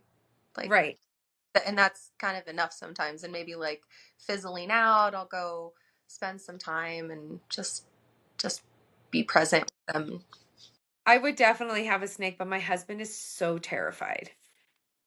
I've always loved, like, I don't know, there's a certain and it's so interesting because snakes have been coming for the last about year and a half. Snakes have been very present in my life in one way or another. And there is something very intriguing about always shedding. And they're either, you pick your poison, right? They can either harm or help. Like it's really interesting how that has kind of like played out in my life lately. It's it's a beautiful thing. I feel like it's wild that they kind of came into my life like just to really show me the power of like resurgence, reemergence, and just regeneration. And just like it's wild to care for them and know all their stages. And like they're really not scary. The babies can get a bit scary. They're scared. So they get Yeah. scared, you know, Yeah. and with patience and love, like they'll mellow out. But it takes some time. They're tiny. They just Yeah. And yours are beautiful. do. Thank you. We really love doing it. We're just kind of science geeks, you know? So like it was a whole beautiful biology lesson just after not doing biology for a long time, just kind of diving back into the research of like what it takes to make or not make, but like nurture something else back in. Mhm. Just like usher in different patterns and different colors. It's really cool. How many do you have right now? Um I think like 17, 18. We didn't have any clutches this year. We like Mm, moved and then we moved again. So it was kind yeah. of a chaotic year for them. So they're like, no way. They need every calm, perfect humidity, temperature, everything. You know, Yeah. they just need calmness. And if that's anything but, then it's stressful. And what a beautiful medicine too for you, right? To like, look, we need calmness, so I need for you to exude the calmness. So it's like a great like medicine slash like lesson, right? To just be calm and to be present. Yeah. They're Yeah. beautiful. And they'll like fall asleep. while I'm holding them. And it's really sweet. And I'm like, wow, like they trust us so much. But Right. now, like, I love them. I love them. Yeah. They're very special. I have a friend who loves she loves like reproduction period. Like, and so she once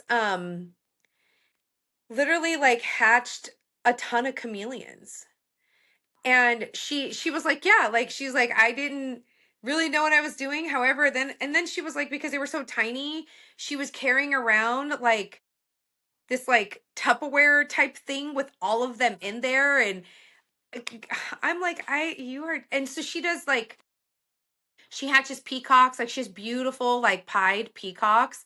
Yeah, they're pied. Yes, they're absolutely. Know what that would look like white with splotches. I don't know what else that would look like for a bird. Yeah, so that's basically, so like one her bird's name is Blueberry, and Blueberry is like has this beautiful like blue, like it's like a blue I've never even, it's like this electric stunning blue like head and chest, and then his body and wings are just like white with black speckles, and then his beautiful tail come, I mean he's stunning. And then she has, they're not albino peacocks, they're white peacocks. And so she has like two white peacocks and him. And the last time I visited her, I think she had like six or seven, maybe eight baby peacocks that she just hatched. Like she just, yeah, she just hatches things. Like, she just Very beautiful. grows things. Oh, and they're just, yeah, they are. She has a shit ton of chickens, and like I love going there because all of her chickens are just actually three of the chickens that I have, we hatched a bunch of eggs together. So three of the chickens that I have were from her hatching eggs. How awesome. Yeah. Like I just love them. And yeah, she has this cute little farm, and we're working on all kinds of things. And so, yeah. I, I would love to have more land. You know, we're in like a home and it's been a beautiful place for us to grow into, and we've been here for like 9 years. We love it. Um, and I'm looking forward to like having land and maybe getting some goats and some chickens and having like maybe like a cow. I don't know, just keep it simple. Like Yeah. just keep it real simple, but just to care for others. But I will say, you have livestock and sometimes you have like dead stock, and that's really heartbreaking. I'll often like, we're so attached. So if something happens, it's just really devastating. So I can only imagine, having like a cow or like a goat is kind of like having like a dog. It's like an Yeah. extension. All animals have souls, in my Yeah. opinion.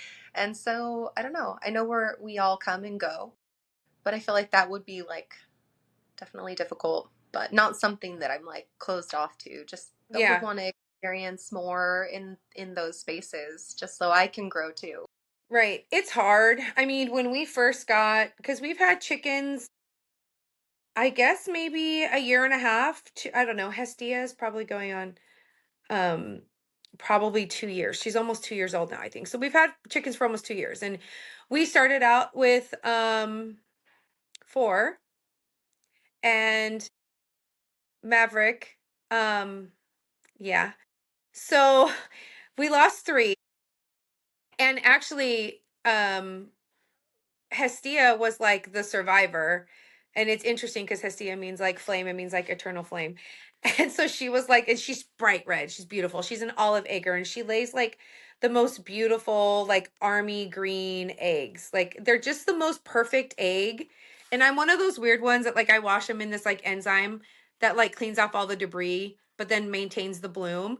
But I love like rinsing them, and like I will, yes, I'm admitting it. I will like like they say I'm polishing them, but really I just like wipe them down, make sure they're dry before they go in. But I love looking at all of the different, because every hen lays, it's like a fingerprint. Every egg for every hen is like a fingerprint. And so every egg is different for, and you could, because my friend Marty came over and she was like, no, actually, I think you have like three or four different, like all your hens are laying. And I'm like, what do you mean? She's like, well, you see this one has more spots than that one. And this one's a little bit darker than that one. I was like, oh, she's like, they're all like fingerprints. And so I do. But Hestia lays literally like this beautiful army greenish, like perfect egg. But yeah, she was like the only one that got away. I'll just say that. Like and he I know he didn't look, he's a Cane Corso, they have prey drive Yep, he and come for he it. and now though he doesn't even think anything of all of them. Like they excite him every once in a while. Um, I would never trust him to be like out there with them. Yeah, However, the Frenchie that identifies as a Cane Corso, like I keep her out there actually because I'm like, well, she kind of herds them and she'll keep any hawks away because we do have a family of hawks who knows we have chickens. got And I've actually had to tell one day, like literally was coming in to come down on my chickens. And I like, I did, I ran, I was like, not today, yeah. not today.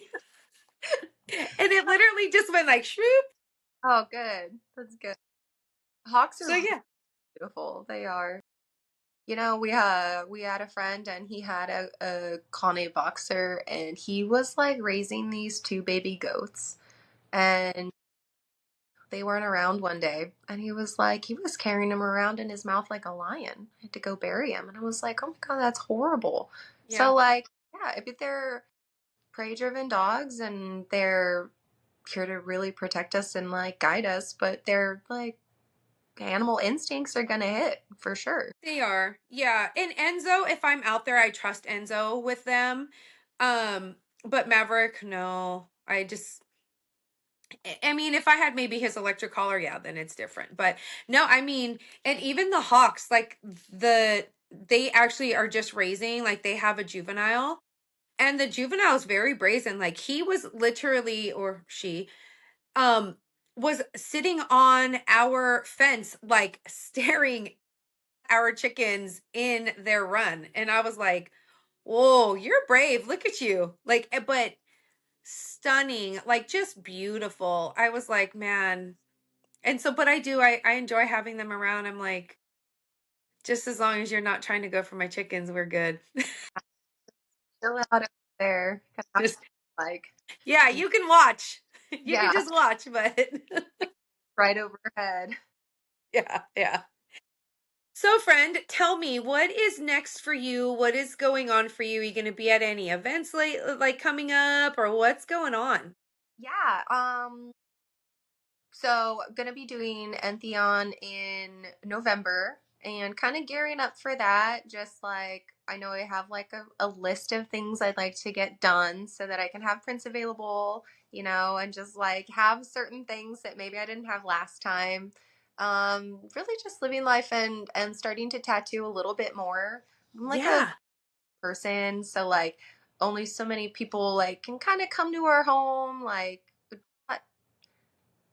I I've been teaching myself since 2020 and been really just trying to be careful about not becoming like a scratcher is what they call hmm, it, but done like not really had any solid mentoring. Like mm, I have friends that are in the tattoo industry and they're like in Montana. They're like if I was more local I would mentor you, but right.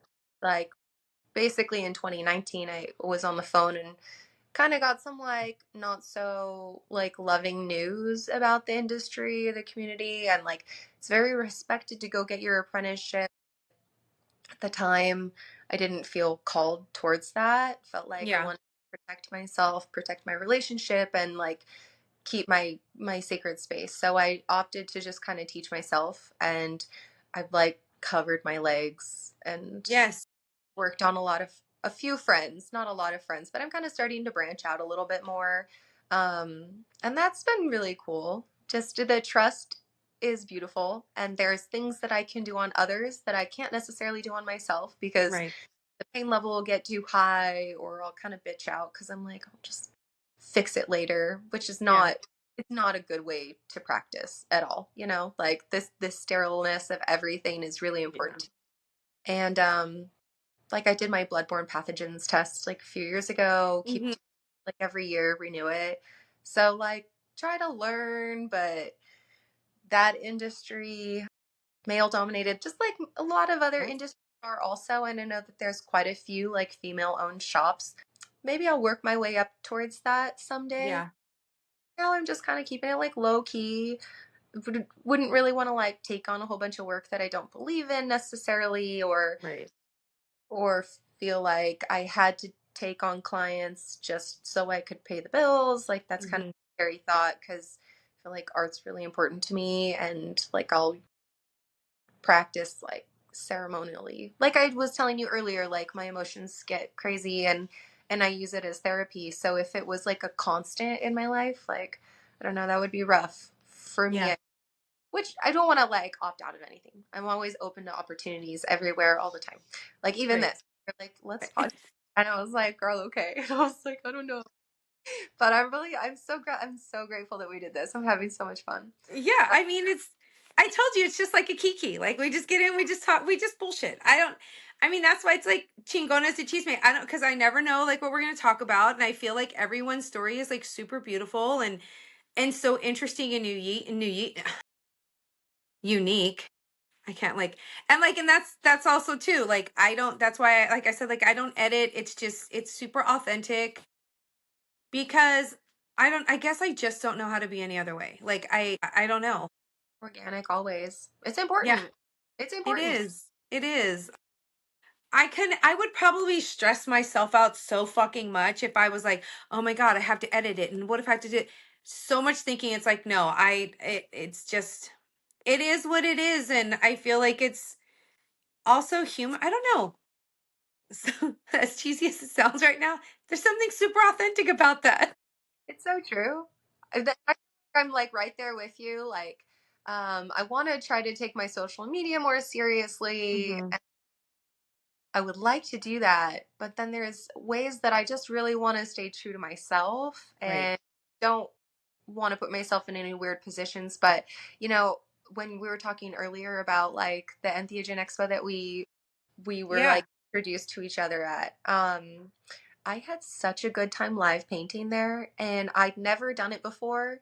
And I felt so at home and so peaceful. And I was like, wow, like I'd love to find more people to paint with. I'd love to do more live painting sessions.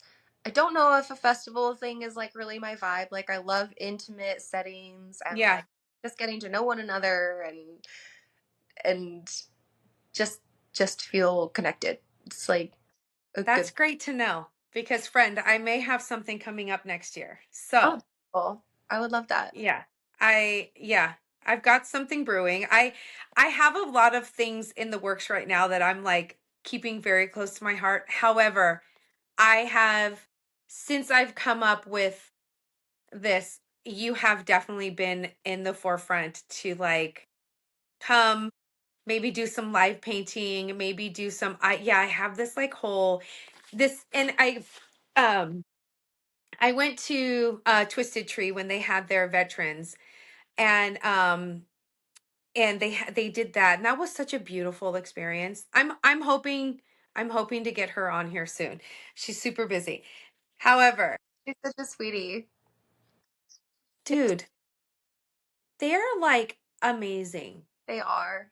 I just They're love like their energy is so infectious. They're wonderful. they're like really fucking good people. Like just good fucking people. Cuz like I've yeah, and I mean we even came like they did this whole I took my kids to do a mushroom class where they inoculated like their own bags and they talked about like all of that and like just fucking good people. Like and so I'm hoping to get her on here soon. However, when they did their veterans boot camp, they had like this huge wall that people like it was kind of like black and white, like it was just kind of like you could just paint whatever you wanted on it. And I thought, what Awesome. a cool fucking experience. Like, and so and then I've gone to another thing where it was like somebody like spray painted like the black outline, then everybody just kind of painted in it. I don't know. I have this, so Ideas. I love ideas. I know. So keep your calendar open next year for September of next year. Absolutely. I will. I'm I'll be excited. there. Yeah, put it on your calendar now. Just block it out. Blocked for next I'll give month. you a date like offline because I want to. Oh, it's But okay. yeah, I have. So do you have anything else like coming up except like the Entheogen Expo? Not right now. Not right now. I'm like drawn to do these trips. There's like a pilgrimage to like the UK. Sounds beautiful. And there's like Ooh, a art astrology thing in Norway. I'm like, wow, that sounds amazing. But like nothing's on my horizons right now. Like just staying focused and growing and continuing to paint, but like push it forward so that I can find more opportunities in the future to just keep doing what I love.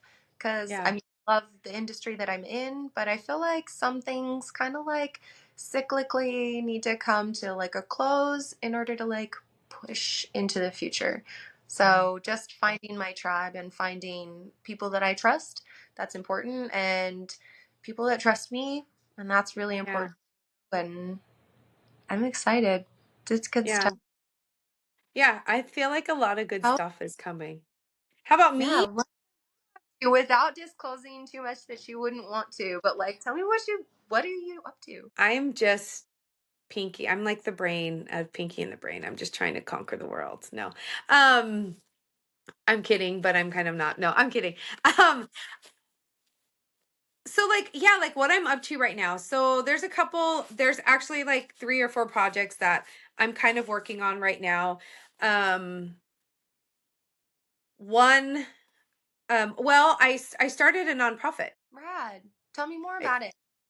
I started a nonprofit and more will come out later. Um, but I've been spending quite some time like in Mexico, and that's been really, really beautiful. And just really like lately I've just really been sinking into a lot of like ceremony and sacred and what that really looks like for me and how to like integrate that. I've really been like going back and forth on whether or not like I should start just doing my integration and coaching. I feel like it's something that I kind of do already. However, I haven't really like I don't know, taken the next step and like made it real formal. Um I finally like embodied and like put out there that cultivated consciousness is going to be my brand. Um Is cultivated consciousness. I love it. right? Beautiful. And like I was just talking to my sister Ari, and I was going to change that name, but then it just kept on coming back to me. And my grandmother's name is Carmen, so like I carry on her name, and but CC is like her initials, and I'm like, oh, CC, cultivated consciousness, CC. And then like I have like her initials tattooed on my back, and I'm like, I don't know, maybe it was all like meant to be. So yeah, cultivated. Oh, your book was printed on the day of her birthday, right? Yes, that too. Yes. Like literally my first, yes. I can't believe I remember that. Yeah, like You talked about it on your podcast. oh, yeah. And I was listening and I was like, wow, like I just love when synchronicities happen and it just really proves to us all over again like everything's connected. And Yeah, I cried that day. I cried that day when I saw the date, the date that it was printed. I was like, okay, okay, grandma. Thank you for that. Like, huh? is it the same grandma, Cece? Yeah, Beautiful. yeah, yeah. And so it's just embodying that and really just owning like cultivated consciousness is going to be my brand. And it's not like I say it's a brand and I feel weird saying it's my brand. I'll say it's my space. It's the space that I'm creating. Cuz it's going to be education, it's going to be support, it's going to be um so many different things. And so it's all slowly coming together. I'm not really at one point I felt like there was like a rushness, like I needed to hurry up and do it. However, I've really just leaned into allowing it to happen somewhat organically. Like I know that there's a time frame, however, I don't want to rush it because I want to be very intentional with it. I want to create.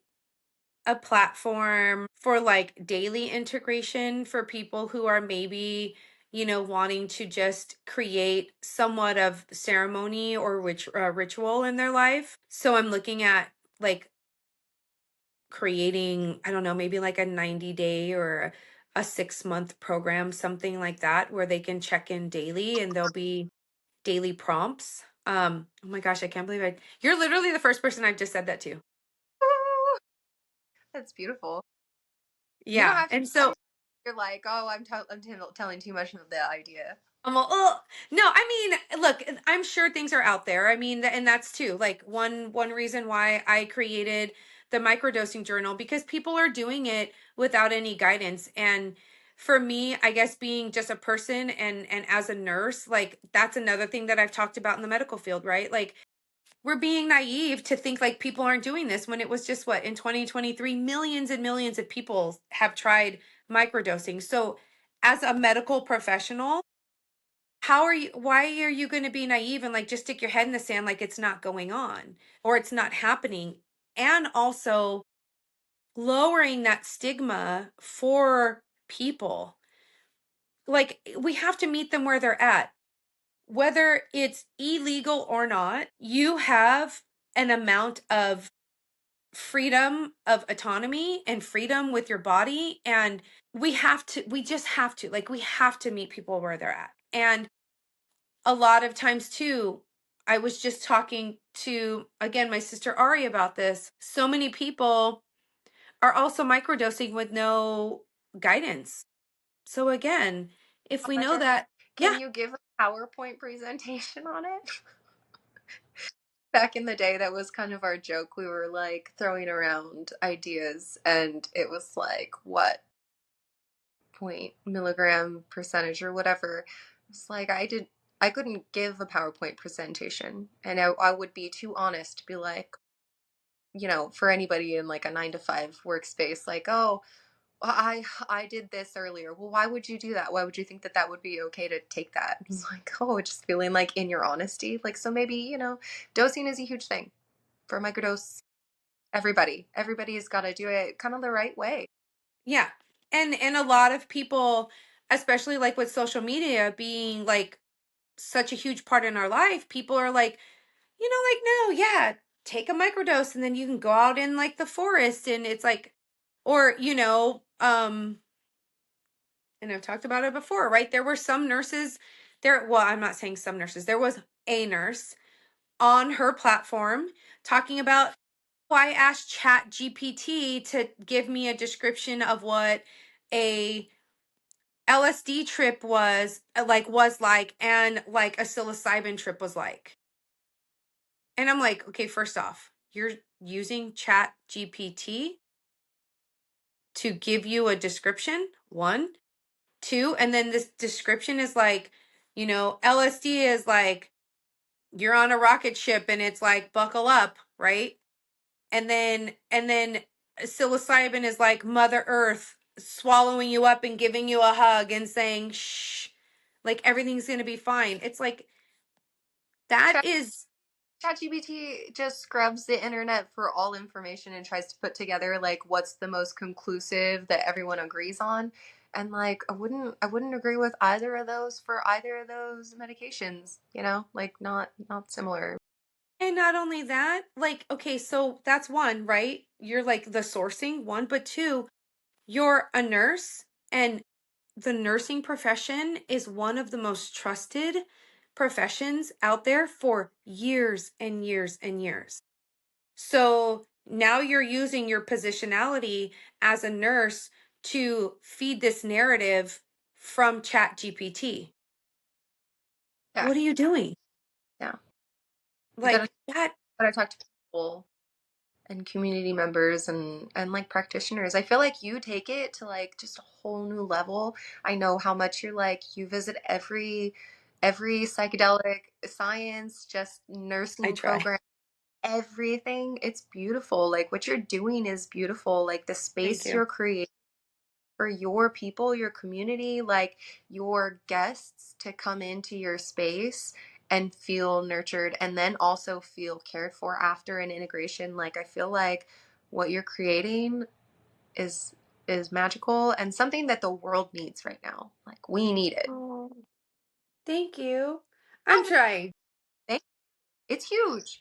Like a lot of people do it, like we spoke about, like out of ego, out of greed, but like I know that you come at it in like a wholehearted way, and that's how it should be, like Yeah. soul. And also too trying to like speak up in like the professional space because this nurse was holding like a whole presentation on it and that's what she was going to be presenting to people. Like that is so careless and reckless. Like it's so unethical, really, you It's know.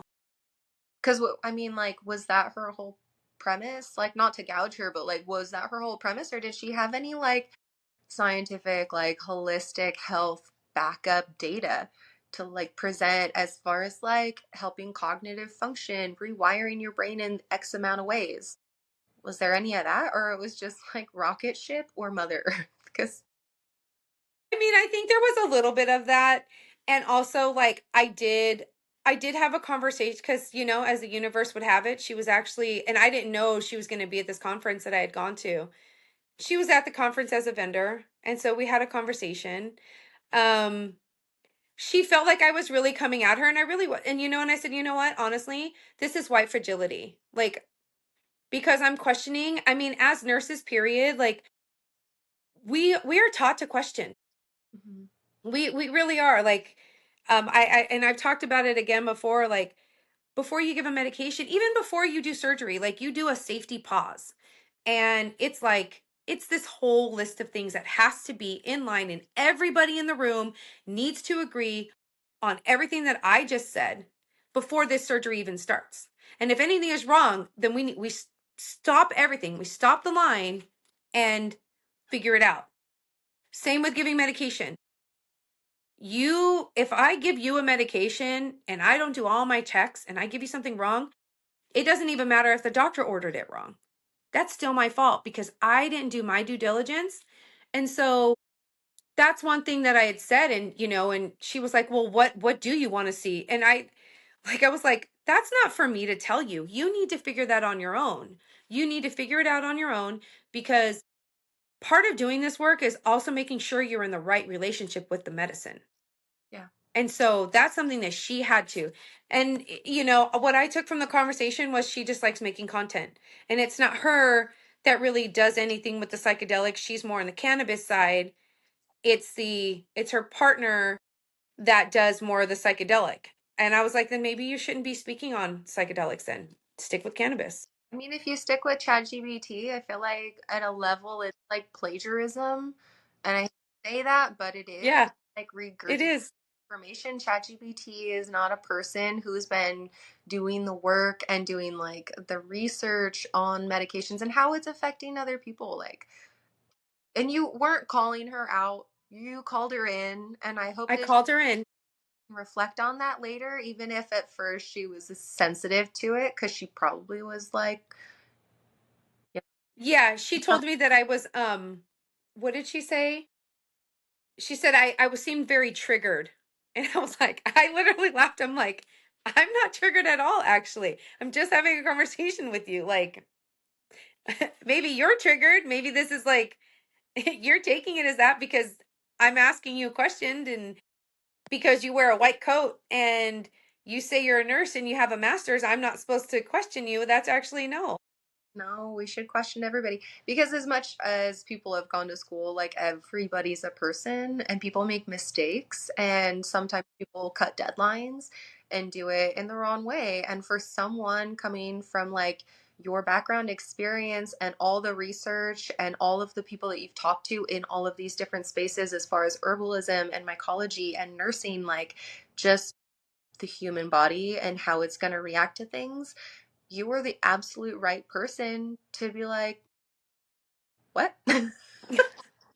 Well, and it was just really a conversation because I think that I know a lot of nurses in the cannabis space, and I think that's great. I really do. I think it's absolutely amazing. However, coming at it with the right intent is also like there are three nurses really. Like you know, one is a firecracker and she is all about advocacy, and she is like, man, she is a damn New Jersey chick who just doesn't take anyone's shit, and I love her to death for that. And then I have two that are super into like protocols and like studying so much on how this affects the body with this and this and that. I mean, it's great. And I don't doubt Western medicine. I think science, like, I love science. I absolutely love it. However, there is also just this science, really, of what Mother Earth has already given us and how it provides, how she provides for us, and how to give back. And that's why I always say, like, I'm at this like intersection of sacred and science. Like, I literally feel like, for like no pun intended, I do. I feel like a snake going back and forth, like weaving in between the two worlds. And you know, I I don't speak out a lot about it because I feel like I haven't, quote unquote, been in the space long enough to like speak on things. At the same time, I just do speak on them. I don't know why. I just do. I feel like you've integrated yourself into it so much, and you are really putting in the work all of the time. And like financially putting yourself into places where you get to do the work with the people who have been doing it for a long time. Mm. That's huge. So like maybe as far as like a time length goes, like I don't know, I don't agree. I feel like you've been putting in the work and like talking to masters and like people who really like are professionals in this space. So And you're getting maybe that's, yeah.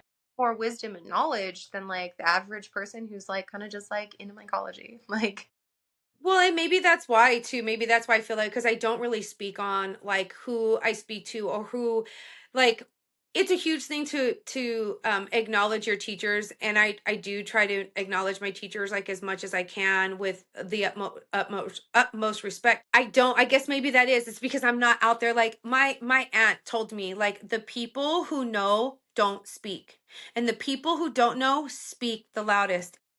Maybe that's just it. Maybe that's why I do feel like I don't, because I'm not out there vocally like this, that, and I'm not like showing everything that I'm doing. I tend to work on the, I don't want to say like work on the underground, but I do. Like, I tend to like work on things like behind the scenes, and like, because I want to make sure that everything is done correctly and with the most integrity. And with my nonprofit, I am really excited to like talk about that, because I think it is going to be a huge, um, it's going to be a great space for the community, and I can't wait to be helping the community in that way. I've spoken about like the woven circle and getting women together, seasonally to just talk about what's going on in their community. I hope that one day that does turn into a nonprofit, so that the woven circle and like this group of women is able to give back to the community and uplift young women to help them, in their career. I Yeah, I guess embedding myself, I guess, or just being able to be in spaces. Like, I've also recently joined some communities that are like Hispanic and Latino based, like, for nurses. um in October I'll be going to, it's called DOC, which is DNPs of color, and that's going to be, I think it's going to be beautiful to be around nothing but doctors, nurse practitioners that are all people of color. There's literally, like, we're not even 1% of the field, that's wild. which is insane. It Like, is insane. 1% of the nurse, it's probably a little bit higher now, but the most recent study shows that 1% of all nurses have their doctorate. But nurses of color having their doctorate is like a, a fraction of that, It's which time to is get insane. back to school, back to work. You guys deserve it. All the work that you're already doing, just take it to the next level because you've Well, already keep going for it. That's why, I mean, my husband's like, "Okay, you're getting your doctorate. That's a terminal degree." And I'm like, "Yeah, but I could also get a PhD in psychedelics." You could do both. We have so much time. We have so much time. Literally anything we want to do. And it all takes patience and consistency and showing up, you know? Yeah. So I don't know, we'll see. I Who knows? I got to get this program done first, and then, you know, still continue to work and provide for the community in any way that I can. And um yeah, yeah, and there's more on the projects that I think in the next couple weeks there will be more on the projects that I'm like working on right now, cuz I've asked for help, and so I have really good support in helping me like bring these things to life. That's I'm beautiful. excited. I'm looking forward to it. And don't rush anything. And if I can help you with anything, I'd love to. Yeah, I have something, yeah. We'll talk off, but yeah, I'll fill you in on some things because I think it would be great. I mean, we didn't even look. It's been 2 hours and we haven't even talked about mycology. Just hinted at it, you know? Yeah, It's a ever loving thing.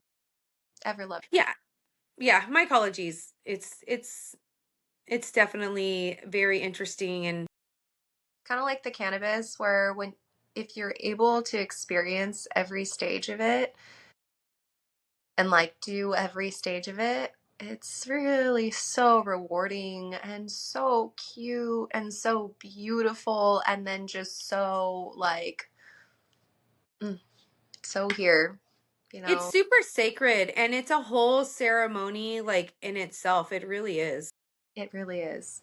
And Yeah, having family on SSRIs, like, just helping them kind of wean off of that and like just into, microdose like consistency is also really rewarding because just you get to see it firsthand, you know, yeah, yeah, really like how bad it can be and then how much people can kind of just come back to base and homeostasis. yeah. Really. It's beautiful. It really is. I mean, that's just like even, when you have the honor with sitting with someone through ceremony, and just bearing witness to like their process and then the integration after.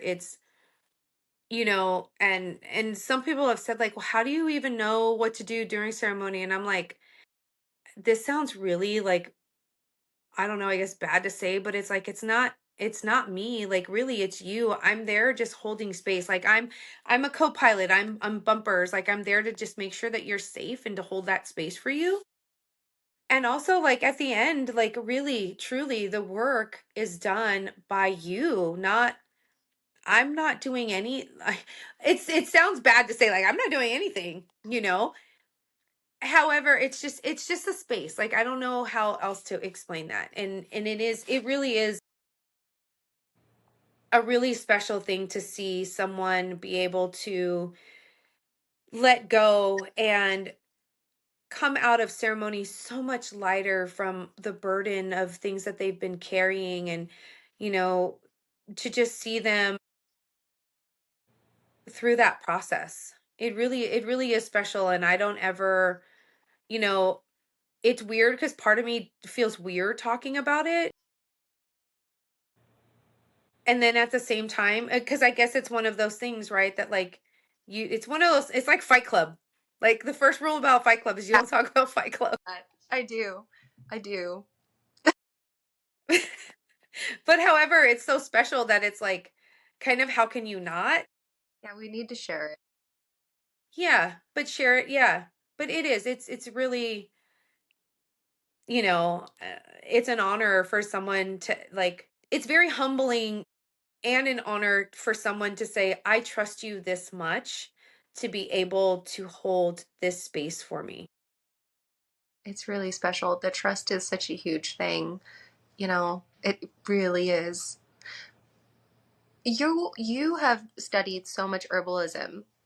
What do you suggest for like secondary headaches? It's interesting. Well, I was actually just at a conference and I asked this because it was at a conference and they were talking about headaches and migraines. And I had asked because it was all pharmaceutical. I'm like, and I said, with the recent study that Harvard did in 2020, it was actually with the use of psilocybin. And they had done a study and it was for rebound migraines and Mhm. also headaches. And so psilocybin was shown to dramatically decrease the amount of migraines that people were experiencing weeks after one dose of psilocybin. Wow. Wow. Hmm. Thing. So, but Do you think like in on my so some okay, and again, like this is like a lot of like anecdotal, right? Because that's what a lot of this is. I have seen in spaces where people are using, okay, they were called peanuts before, um, but it's something else now. It was like renamed. So like I don't know what it was. Anyway. But some strains can be used for headaches. nice? Yeah. But then also in general, I mean, looking at overall, like looking at the person's like overall at like health and their habits, like what are they eating? Is it high in nitrates? Are they getting enough sleep? I mean, are they truly hydrated? Meaning, Right. like, are there trace minerals in their water? Maybe start out with, trace minerals, magnesium, other things like that. And then looking at habits, rest, like truly like deep sleep. Yeah. I Yeah. could more.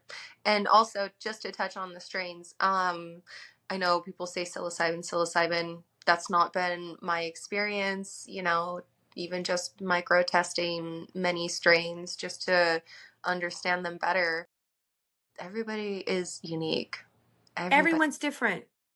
is That's different. absolutely true. And Everyone's different. the headspace, is it like the level of rest? But not really in my experience. It is like it's outstanding. It's very interesting. It is super interesting. And like, yeah, and like I think it's interesting too with the amount of strains, and then you get them tested, and then all of them have just very different compositions. And yeah, and it's interesting because like I was listening to someone who does testing on them all the time, testing on different cubes, and like even went as far as like testing the cap, and then like or like one from one mushroom from this side and then one mushroom from this side, and they were like total two different compositions. And it's so fascinating. I mean, but that just also goes, it's like like it's like boom, light bulb. That's also like with people, every single one of us is so different that like it's the same with them. I'm like, wait a minute. And so, and that's why yes, like generally people are getting relief Mhm. generally. However, there are outliers. And also too, like I feel like because I don't know, I went down this rabbit hole and I was just like reading all these different things and I was like, oh, that's interesting. So like there was an argument where it was like with all these different breedings of all these different types of strains that like if they're not really like it was this thing of I'm trying to like conceptualize, like I'm trying to like basically the argument was like quote unquote OG strains like are the most stable and the most consistent versus like other strains that have been bred and bred and bred and now they're like not even close to like what the original was. And those were That's like as yeah. far right. Yeah, like and so like it was like those strains that were like so bred out and so like far from the original were also inconsistent with their therapeutic properties, Yeah, which I thought, oh, that's really interesting. interesting. Avery's like TAT. They're so mellow, so mellow, and I was always wondering like why. Like it's so different. Like that's that's really interesting. I didn't know that the breeding programs would change it so much. You know. Yeah. But it does make sense, like when if you work with spores, um, then it's just you have to start. cloning in order to get something that's different, of course. But they always start the same, these little skinny Yeah. babies. I love them. And then you get to keep working with them and you just watch them grow over 6 months, a year, whatever it takes. But, and everything will revert. I love to Yeah. see, I love to see that. I, Mm, I love the strains so much. I feel like they're just all so unique. And I am super grateful to have worked with so many and mm, just, it's really special. yeah. It's, Yeah. I'm just Yeah. grateful that they've like fell into my life. Hmm. Yeah. And I mean, I think it's for, I think it's definitely for like obviously a purpose or a reason, on why they came into your life or why now you're working with them. And then also I feel like too, like, I've heard that like you don't grow them, they grow you. That That's you so don't true. get to grow them. Yeah, they allow you, like, and they'll teach you so much. And I'm like, They wow, will. that's like really, really interesting. Like, Can always get started again if you fall through some lazy slack or whatever happens in life. We all go through things and they're very like understanding in that way, just to continue to come back into your life when you need them, when you need to work and nurture them. yeah. And I think it's interesting too, like and I understand like why it's like so hard to conceptualize, like, because when you hear about people using psilocybin in like for depression, anxiety, PTSD, obsessive compulsive like disorder, like all these different things, and yet it's like, wait, just this one thing can like umbrella all of these, and it is interesting to, and I can understand why someone that would be hard to conceptualize for someone, cuz how do you really prove that? Scientifically, sure, but really, I mean, I don't, it's Data, one of those things. these programs with so many people, like you have so many thousands of patients and clients like that you work with and you document everything. And I'm like a huge proponent of data analysis. I've done it in every single job, even to this day. Data analysis of like cross comparing everything that goes on. Anything can happen. Many people Mhm. in similar experiences and then other hand, not the same at all. So it's you can't dock it, but you can dock it. Does that make I know, sense? but then it's like, yeah, it's like, but if it's working, it's like that old saying, right? If it's not broke, don't fix it. So like if it's working, because you also hear people say like, well, microdosing really doesn't, like work. My puppy's dreaming right now, so if you hear her, she's dreaming. Um, like some people say like microdosing is just like it's a placebo. You know what? If it is, The dose and like if you're microdosing because you're wanting to feel something, I don't think you're doing it the right way because like maybe you should just go and have it like maybe smoke some weed instead. Like I don't microdose to get high because otherwise I stop microdosing because I don't really enjoy like a light feeling. I would prefer to like have ceremony and then I'm indulged in it and I'm embraced in it. Other than like, I don't recreationally take a quarter. I just don't. I yeah, just wait. But that's just my opinion on it. Like that's right. different and everybody is different and their tolerances is different. Like I I don't drink right now. I'm not smoking and I really only ceremony like several times a year, like if that, like sometimes just once. And it's enough Hmm. like go forward. But I don't know where I was going with that. But as far as microdosing, like my tolerance is just really low, just really, really low. So Yeah, I feel like it's also yeah, who your people are that are needing right. this for themselves because you don't want to scare anybody off of it by like introducing them to this new headspace that their focus is, it's not like one size fits all. It's just not. It is not. Yeah, for sure. It really isn't. However, like my argument to like, well, it's just a placebo for me, It's like, look, if devil's advocate, if microdosing is a placebo, and if it, say, for example, it took someone from being sedentary on the couch to now walking every day and taking care of themselves and watching what they eat, and now they're down 40 pounds, well, then fucking like, You know, or it is crazy because, like, I've been in space and been like starving, just starving. My lips get so dry, hungry. Hi, taters. It's our puppy. Come it's here. okay. And just getting like so hungry. And, back in the day, being a vegetarian, eating like some fake chicken nugget and just spitting it all the way out. Like I needed a carrot. It's just wild how that happens. Yeah. This is Tate. Oh, hi, Tate. Oh, the face. I Oh, thank you. She's a sweetie. Okay, go on. You can Oh, like, I love how she's literally looking directly into the camera. really. She was like, yeah, so funny. So funny.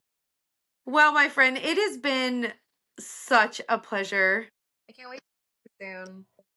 I know. Let I me know know. Yeah. about LA. I just would love to see you, have you come over if you can make it down here. If not, I would be happy to meet you up there just to share some space. Yeah, no. I do. I plan to probably I'm probably going to drive. I thought about flying, but I think I'm just going to drive because it just gives me more mobility. And yeah, I'm really looking forward to it. I mean, I think it's going to be a great space. I think this is their second or third conference, which I think is great. And, just learning and talking and being in space with, just that and being nothing but women. Yeah, Like, there was also just like the women in cannabis conference. I think that was in Reno just a couple weeks ago, which I thought was great. I didn't actually get a chance to go. However, I'm really looking forward to Latinas in cannabis. that's going to be really beautiful. And I feel like there's so many stories that can go around that need to be shared that can help all of us grow more as people and grow the community more because it needs more of, like, not to say the feminine touch, but like, yeah, it does, because there's a lot more, there's care, there's a different level of care that we can offer because it's it's us. They are ladies. All of the plants ought to be ladies, unless Right. you're eating out. That's what you gotta look for. A huge thing. I'm really looking forward to hearing all about it.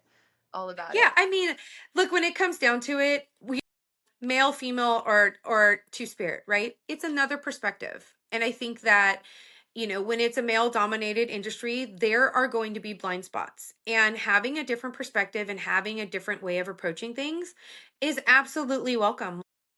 And that's one thing too, right? Even like with spiritual hygiene, having someone to always be able to check your blind spots is completely huge because that's how you're able to stay in the right like headspace in the right relationship. And like I call it like, yeah, like keeping sure your house is clean and in referring to like spiritual hygiene, like, yeah.